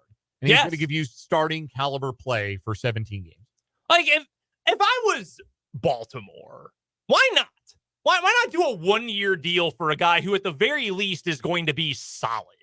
Why not give that a shot when you need depth at the very least and maybe a starter as well on your offensive line? So very happy for one of the greatest guests we've ever had on the show, Dalton Risner. Additionally, from San Francisco today, the 49ers have agreed to a new 2-year contract with wide receiver Juwan Jennings. He was a restricted free agent, so he's signing a 2-year deal with a max value of $15.4 million. 10.5 is guaranteed. So he gets a 2-year extension instead of his 1-year restricted free agent tender. He had not been at OTAs through the first week and a half. He is now there today practicing with the 49ers. Juwan Jennings is a good player. Yeah. Really good player. I thought he really came into his own this past season. They've got something of an embarrassment of riches on that team. I mean, you go through Christian McCaffrey, and they always have backups who can run the ball well. And Debo and Ayuk, they drafted Ricky Pearsall. Now they have Juwan Jennings for 2 years. George Kittle is one of the league's better tight ends. They've got decent backup tight ends. They've got the best left tackle in the league. They've got a ton of talented players. But again, as we said yesterday with the Cincinnati Bengals, if you get there, you better win it. Cincinnati had their chance. Could not get it done against the Rams in Super Bowl 56. The 49ers under Kyle Shanahan with pretty much the exact same core, but instead of peak Jimmy G this past year, it was with early career Brock Purdy. Pretty much the same core otherwise, with just a couple of exceptions. They've gotten 2 cracks at it. They have failed both times. They've got to get it done now because the time bomb is ticking on that roster. They're going to have a bunch of dudes to pay, and you only have so long to keep that kind of talented roster together. It's how the NFL is built to work. And that's why if you get to the Super Bowl, you better win the Super Bowl. Yeah, you have to cash it. And it goes in any sport, but I think especially in football too, just how hard it is to get there. Mm-hmm. You better cash your chips in when you get to that final table because there's no guaranteeing you get that second shot. No. Unless your quarterback is Patrick Mahomes, then you get all the shots you want. Yeah, you have an unlimited amount of ammo. But that's the crazy thing. They have gotten 2 shots. Yeah. And the first time, they couldn't trust their quarterback to throw to a wide open receiver down the field, and their line fell apart late. Also, Mahomes did Mahomes things. The second time, Kyle Shanahan didn't know how overtime worked, and they lost the Super Bowl. He really didn't know how overtime worked. People can say all they want about... They got new overtime rule? Huh, that's interesting. Anyway... How about that? It's just ridiculous. Like, you can say whatever you want about Kyle Shanahan, the game planner, the play designer, the motivator, whatever. He's gotten to the Super Bowl twice and has choked both times. Yeah, and also was responsible for the play calling in the worst collapse in Super Bowl history. Correct. So, yeah, he's got that on his resume, too. He's choker. It was Andy Reid had that albatross around his neck for a long time. And he wears stupid hats. Yeah, he's a big flat brim but they're not even cool ones. No, they're very uncool hats. Yeah, I don't like his hats. I always think of that when it's a Simpsons episode where they all play football and Homer's heckling Ned Flanders in the stands the entire time. So the team's winning and Homer goes, yeah, but he's wearing that hat like an idiot. That's true. I feel that a lot when I watch him. Yeah. Next headline for me, charges have been dropped against world number 1 golfer Scottie Scheffler in the incident that occurred at the PGA Championship 2 weeks ago. During a court hearing Wednesday, Jefferson County Attorney Mike O'Connell said prosecutors would not pursue the case and asked for the charges to be dismissed with prejudice, meaning they can't be filed again in the future. O'Connell said, based upon the totality of the evidence, my office cannot move forward in the prosecution of the charges filed. Mr. Scheffler's characterization that this was a big misunderstanding is corroborated by the evidence. Scheffler's attorney, Steve Romines, told ESPN, I had made it clear to them, as I've said, that it was not a negotiation. We were either going to litigate the case or it was going to be dismissed. They correctly came to the conclusion there was not probable cause, and the case should be dismissed. Scheffler faced 4 charges, including felony second-degree assault of a police officer. In a statement he wrote on Instagram earlier today, Scheffler stated, "I hold no ill will toward Officer Brian Gillis. I wish to put this incident behind me and move on and hope he will do the same. Police officers have a difficult job, and I hold them in high regard. This was a severe miscommunication in a chaotic situation." He also wrote, "I appreciate the support during the past 2 weeks and want to again encourage everyone to remember the real tragedy of May 17th, referring to the volunteer who was struck and killed by a vehicle outside Valhalla Golf Club in Louisville, leading to the traffic situation which led to the confrontation between Scheffler and the officer. My thoughts and prayers continue to be with John Mills and his family, and I hope to personally offer my condolences now that the case is over." Within the last hour, we have a statement from Detective Brian Gillis.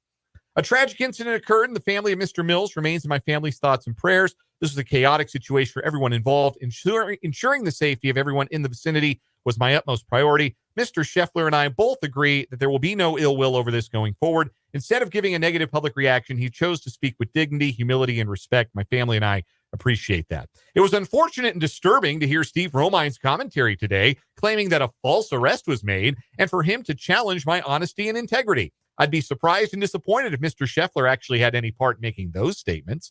To be clear, I was drugged by the car. I went to the ground, and I received visible injuries to my knees and wrist. I'm going to recover from it, and it will be okay. This is the extent of my commentary on the incident. At the end of the day, I take pride in working for the people in this community to preserve their safety. I spent 2 decades trying to protect the city through some challenging times, and I would like to keep doing so without the distractions caused by this series of events. I wish Scotty Scheffler and his family all the best. Sincerely, Brian Gillis."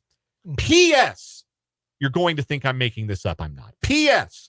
Yes, the department has us buying freaking $80 pants. To those concerned, they were indeed ruined. But Scotty, it's all good. I never would have guessed I'd have the most famous pair of pants in the country for a few weeks because of this. Take care and be safe, Brian. Okay. I would like to make, I don't want people getting mad at me when I say this. So I would like to say first, I have a lot of respect for our law enforcement, especially where we live and the job they do to keep us safe. That being said, so there's the same Brian Gillis, the guy who's talking about the pride in his work and loves to protect the city of Louisville and keep it safe. This is the same guy who's been reprimanded by the Louisville Police Department nearly half a dozen times, right? Including for doing donuts in his cop car with an apprehended suspect in the car. This is the same guy, right? Same guy. Oh, okay. Yeah. Oh, sure. Yeah. I definitely the guy I'm going to take at his word. I'm going to be blunt. This dude's a loser. This dude is a big old loser. He tried it with the PS. He tried to save it, steer into the skid a little bit, but now we know about his skids. We heard his pants got ruined. Yeah. We know about his skids. Yeah, but we also, we know his record as an officer. What a tool. Yeah, that's so that is the denouement of the Scotty Scheffler and the $80 pants damaged beyond repair saga. Do we have time for a quick playoff roundup? Yeah, we do. It's time for the 580 Sports Talk Playoff Roundup. Trent just mouthed my bad. That is not your bad. Me talking over you is not your bad. Extremely. You were right on that. Extremely quick on the draw. That was well done. I said, do we have time for a quick one? And we got the You're quick ready. one.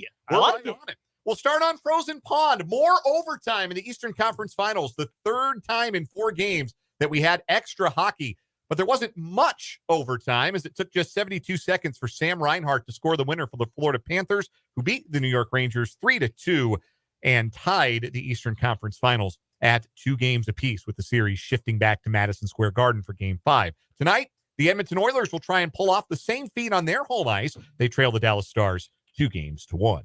Last night in the NBA, Minnesota's best players finally outplayed Dallas's best players. Anthony Edwards and Karl Anthony Towns outscored Kyrie Irving and Luka Doncic, and as a result, the Timberwolves live to fight another day with a 105-100 win in Game 4 of the Western Conference Finals. Game 5 is tomorrow night in Minneapolis. Anthony Edwards guaranteed there would be a Game 6 in Dallas. Well, that wasn't very smart of him. Look, we're doing the Gobert thing again, even after Minnesota won yesterday, about how Rudy is actually bad at defense. Look, no one in the league can guard Nikola Jokic. And when Luka Doncic is hot and shooting threes and doing some of the stuff he was doing yesterday, I also don't think that a 7-footer who normally plays in the restricted circle is going to be able to guard him. Like, Kendrick Perkins, I think it was yesterday, said he was retiring from voting on individual awards because he had voted for Rudy Gobert and was so embarrassed by it. Come on. Give me a break. I wish this series was over because there is something about the Timberwolves and the way they've gone through these playoffs that has made everyone who talks about them insane. And by the way, I'm not immune to this, but every single take about the Minnesota Timberwolves is more insane than the one after it. Yeah, that's kind of true. And then they have a real knack for proving the most extreme takes wrong. Like, oh, Anthony Edwards is the next Michael Jordan. Then he has like 4 straight miserable games and gets carried to the finish line in the Western Conference semifinals and doesn't play well for the first 3 games of this tournament. Oh, but then he had a cool dunk, but his team lost anyway. So yeah, that's a bad take. Then Karl Anthony Towns, after 3 games, like people were talking about him like he was the most mentally fragile athlete to ever exist. Last night was awesome. I think he was 3 for 3 or 4 for 4 from deep. 8 of 11 or 9 of 12 from the field. He was legitimately great. And he has to be for Minnesota to win games. Like when he plays well and Anthony Edwards plays well and those 2 guys, your best, outplay the other team's best, that's how you win. They got to do it 3 more times. By the way, real quick, a note on the guy who has been maybe even better than Luka, at least in certain games in this postseason for Dallas. It's kind of crazy to say this about Dallas of all cities and sports cities. There was no better place Kyrie Irving could have ended up than the Dallas Mavericks. No better place. You know why? No one in Dallas sports media gives a rat's you-know-what about the Mavericks unless they're 1 game from winning the finals. No one cares. Boston starved Cleveland fans where he was supposed to be like, oh, well, LeBron left, but you won't, right, Kyrie? Like, he was the star there for a bit. All the other Brooklyn, New York, all these other places where people are going to try to get the narratives and the quote and everything. Dallas media don't care. Dallas post-game press conferences are like one newspaper beat writer and some bloggers. They don't care about Kyrie's flat earth beliefs. They just want to talk ball. They won't get the dumb questions until the finals if they get there. It's another person, though, that makes people insane. It was Dan Orlovsky who's like, boy, it sure seems like all the narratives about Kyrie Irving were wrong. It's like, no, man, he said and retweeted some really vile stuff. Yes. And doubled down on some of that really vile stuff that really hurt a lot of people. And that doesn't go away just because he's playing good basketball, but he is also playing good basketball right now and is a big part of the reason why Dallas has 1 win for the finals. Yeah. Both of those things can be true at once. That'll do it for our 580 Sports Talk headlines. We've got more 580 Sports Talk coming up after the break here on 580 WIBW.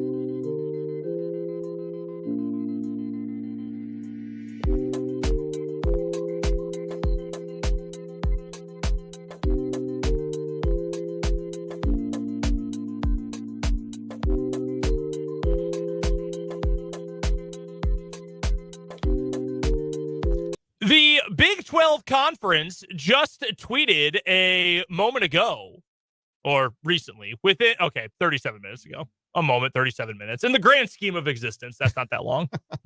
Tomorrow, 1:30 Central Time, we're going to get some TV kickoff times for the start of the Big 12 football season. Let's go. Very Schedule excited reveal. about that. I don't know what I'm going to have to look up the schedule matrix here for the start of the season.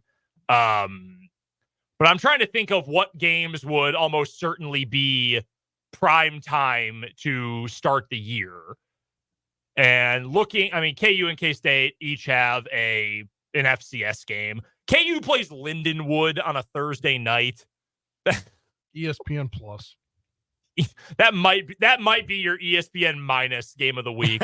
I don't have a whole lot of hope for Lindenwood to be competitive in that one. Your best Big 12 game to start the season is Colorado, North Dakota State. No. You know what it is? Oh, it's West Virginia, Penn State. Although, well, I don't know. West Virginia actually did okay for themselves last year when they played Penn State. They're at home this year, right? Yes, you are So correct. they'll Great get the moment. broadcast right. Yeah. Great moments in gambling history with that one. Penn State's final second touchdown enabled them to cover the spread. That was crazy. That was Made my awesome. wallet very happy. The other best game, we got a national champion playing a Big 12 team opening week of the season. Is it the FCS national champion? Oklahoma State hosts South Dakota State. That game won't mean anything for the Big 12 race, but I think Oklahoma State will be pretty good. You know who I know is really good? South Dakota State. Yeah. They have usurped NDSU, North Dakota State, as the best FCS team. That'll actually be a lot of fun. Have some better matchups in week 2. Arizona State plays Mississippi State. We got a conference game that week. Baylor, Utah is being played that week. Houston will play at Oklahoma. We got the Cy-Hawk game, KU, Illinois. Is Utah Baylor a conference game, or is that one of those? I said that, and I think that might be a non-con game. That might be one of those that had been previously scheduled, because then they play. No, I'm thinking of BYU played Baylor in a non-conference, so maybe it is. I don't know.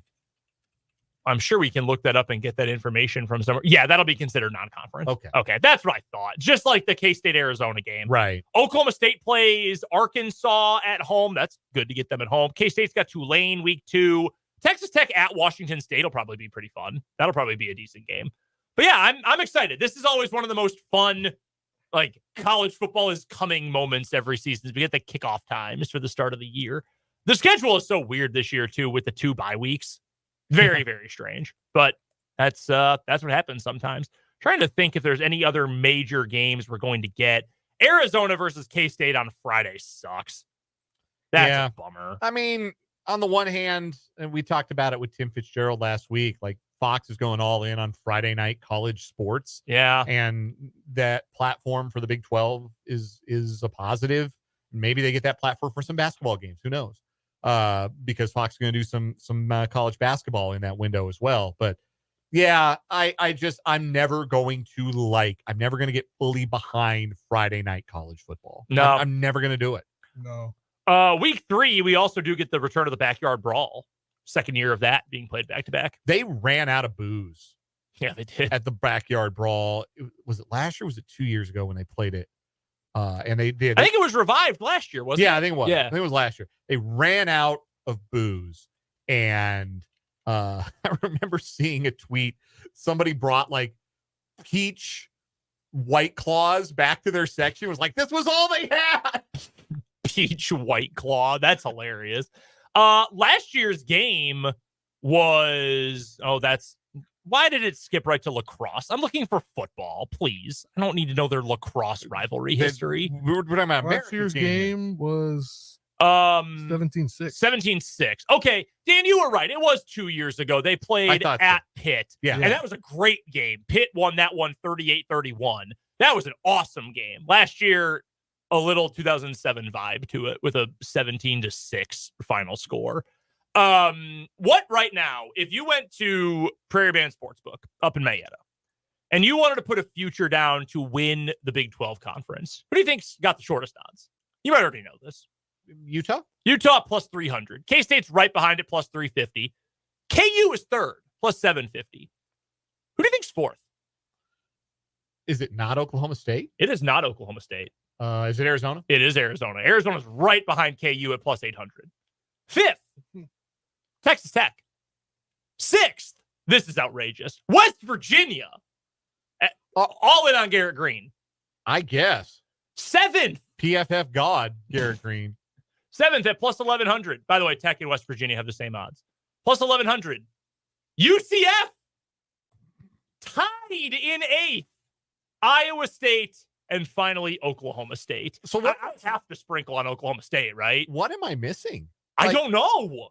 I know that I haven't had a chance to watch it yet, but the Big 12 Insiders podcast over at 24/7 Sports that Fitz is routinely on, they have, that was like the title of their episode today. Like, what are we missing with Oklahoma State?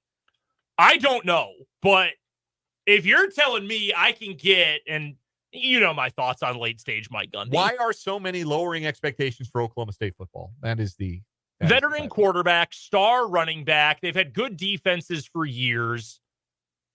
Plus 1,200, man, I think that's got to be the bet. If you're talking value, if you wanted to bet on someone to win the Big 12 title this year. For what it's worth, by the way, if you wanted to bet on a Big 12 team to win the national championship, you would have to go all the way to 10, 11, 12, 13, tied for the 13th shortest odds in the country. Tied for 13th. What Big 12 team do you think it is? They are tied at plus 5,000 with Clemson, Missouri, and Texas A&M. Kansas State? It's Kansas State. They've got better odds to win the national title than they do to win the Big 12 conference.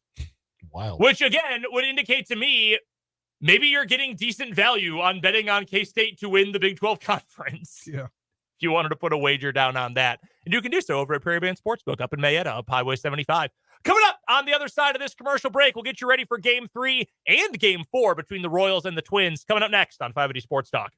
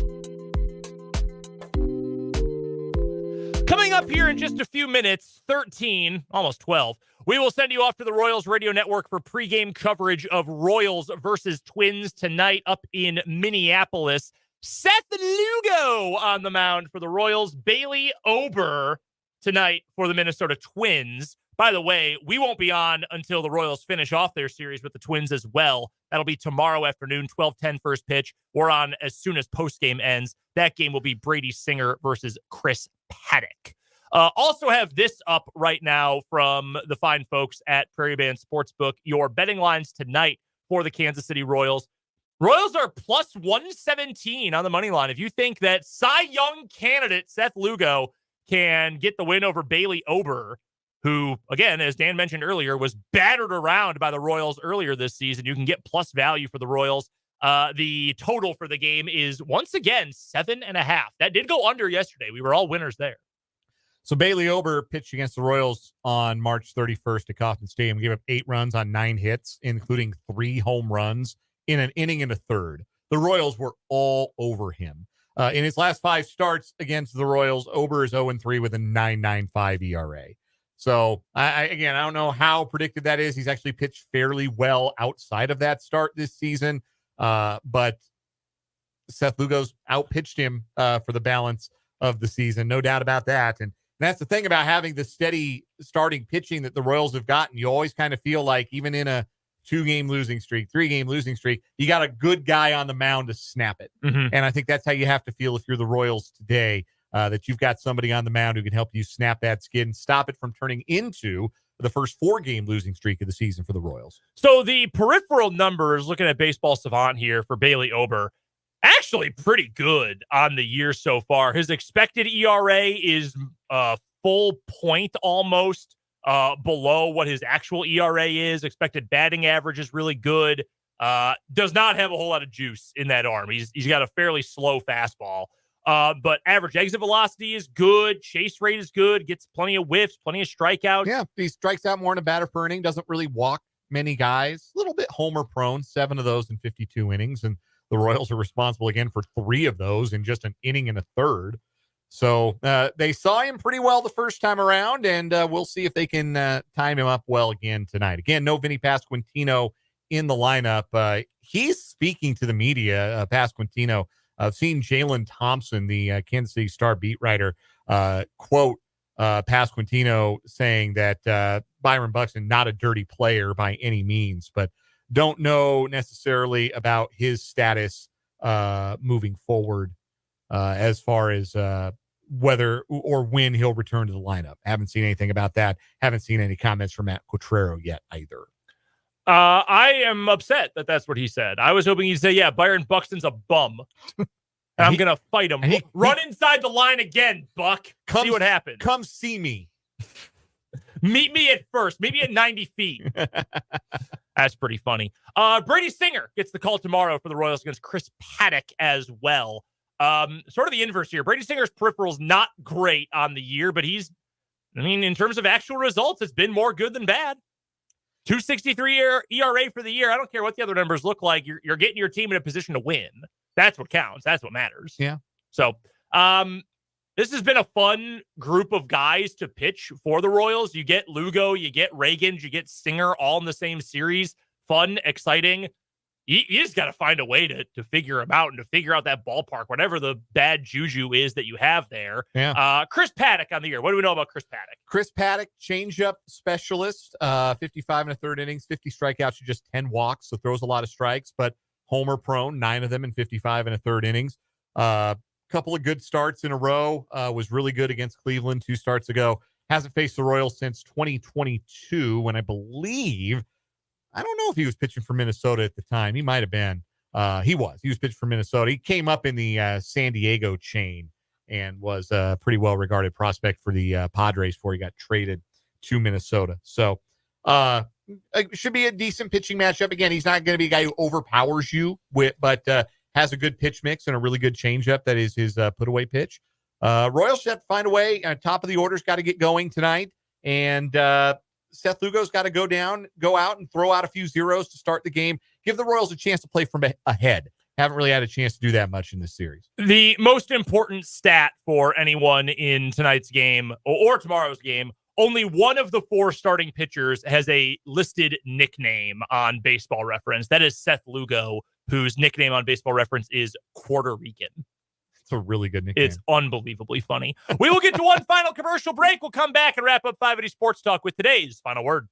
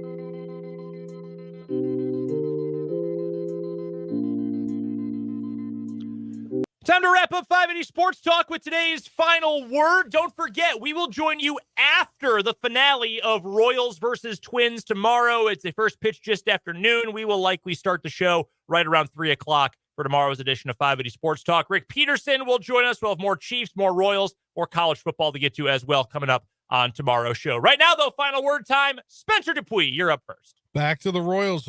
We've said it on the show time and time again. They stacked up those wins to help for times like these. Hopefully, when we're on the air tomorrow, we're talking about 2 straight wins for the Royals. They have arguably their best pitcher this season on the mound tonight, Seth Lugo, who is kind of just gone above expectations so far this year.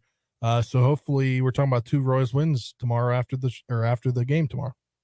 Final word for me today. I started the day reading new information about the upcoming EA College Sports 25 video game and spent my day preparing for this show, which included a lot of preparation for college football talk. We talked a lot of college football on today's episode of the program. A lot of Big 12 football talk at the top of hour number 3, the 4 o'clock hour. And it occurred to me that I am really juiced for this college football season. I am really excited for what this season is going to bring on a national scale and certainly on a local scale. Well, this could be the most fun year for Kansas college football. The Jayhawks and the Wildcats, both with real conference championship aspirations going into this year for the first time in God knows how long. I'm really looking forward to college football, guys. Yeah, that's my final word, too, because I had a very similar thought. I was driving into the parking lot today, and I thought, oh, my God, I am so ready for college football. To toot our own horn a little bit, I think we do a great job every single day on this show, whatever we're talking about. We have been told by listeners over the years, and I believe this to be true, too, nobody's doing it like us. Nobody nearby, far away, in bigger cities to our east, nobody is covering college football like us. And getting to talk about a KU team that should be really good, a K-State team that has the 13th shortest odds to win a national title this year. Going to be a really fun fall here in Northeast Kansas. We will join you tomorrow when the Royals and the Twins are done with their series finale. Don't forget to check out the podcast of the show at our website, 580wibw.com, and check out the YouTube stream as well, 580 Sports Talk on YouTube. For Dan Lucero, Spencer Dupuis, and Trenton Craxner, I'm Brendan Dworzinski. This has been 580 Sports Talk.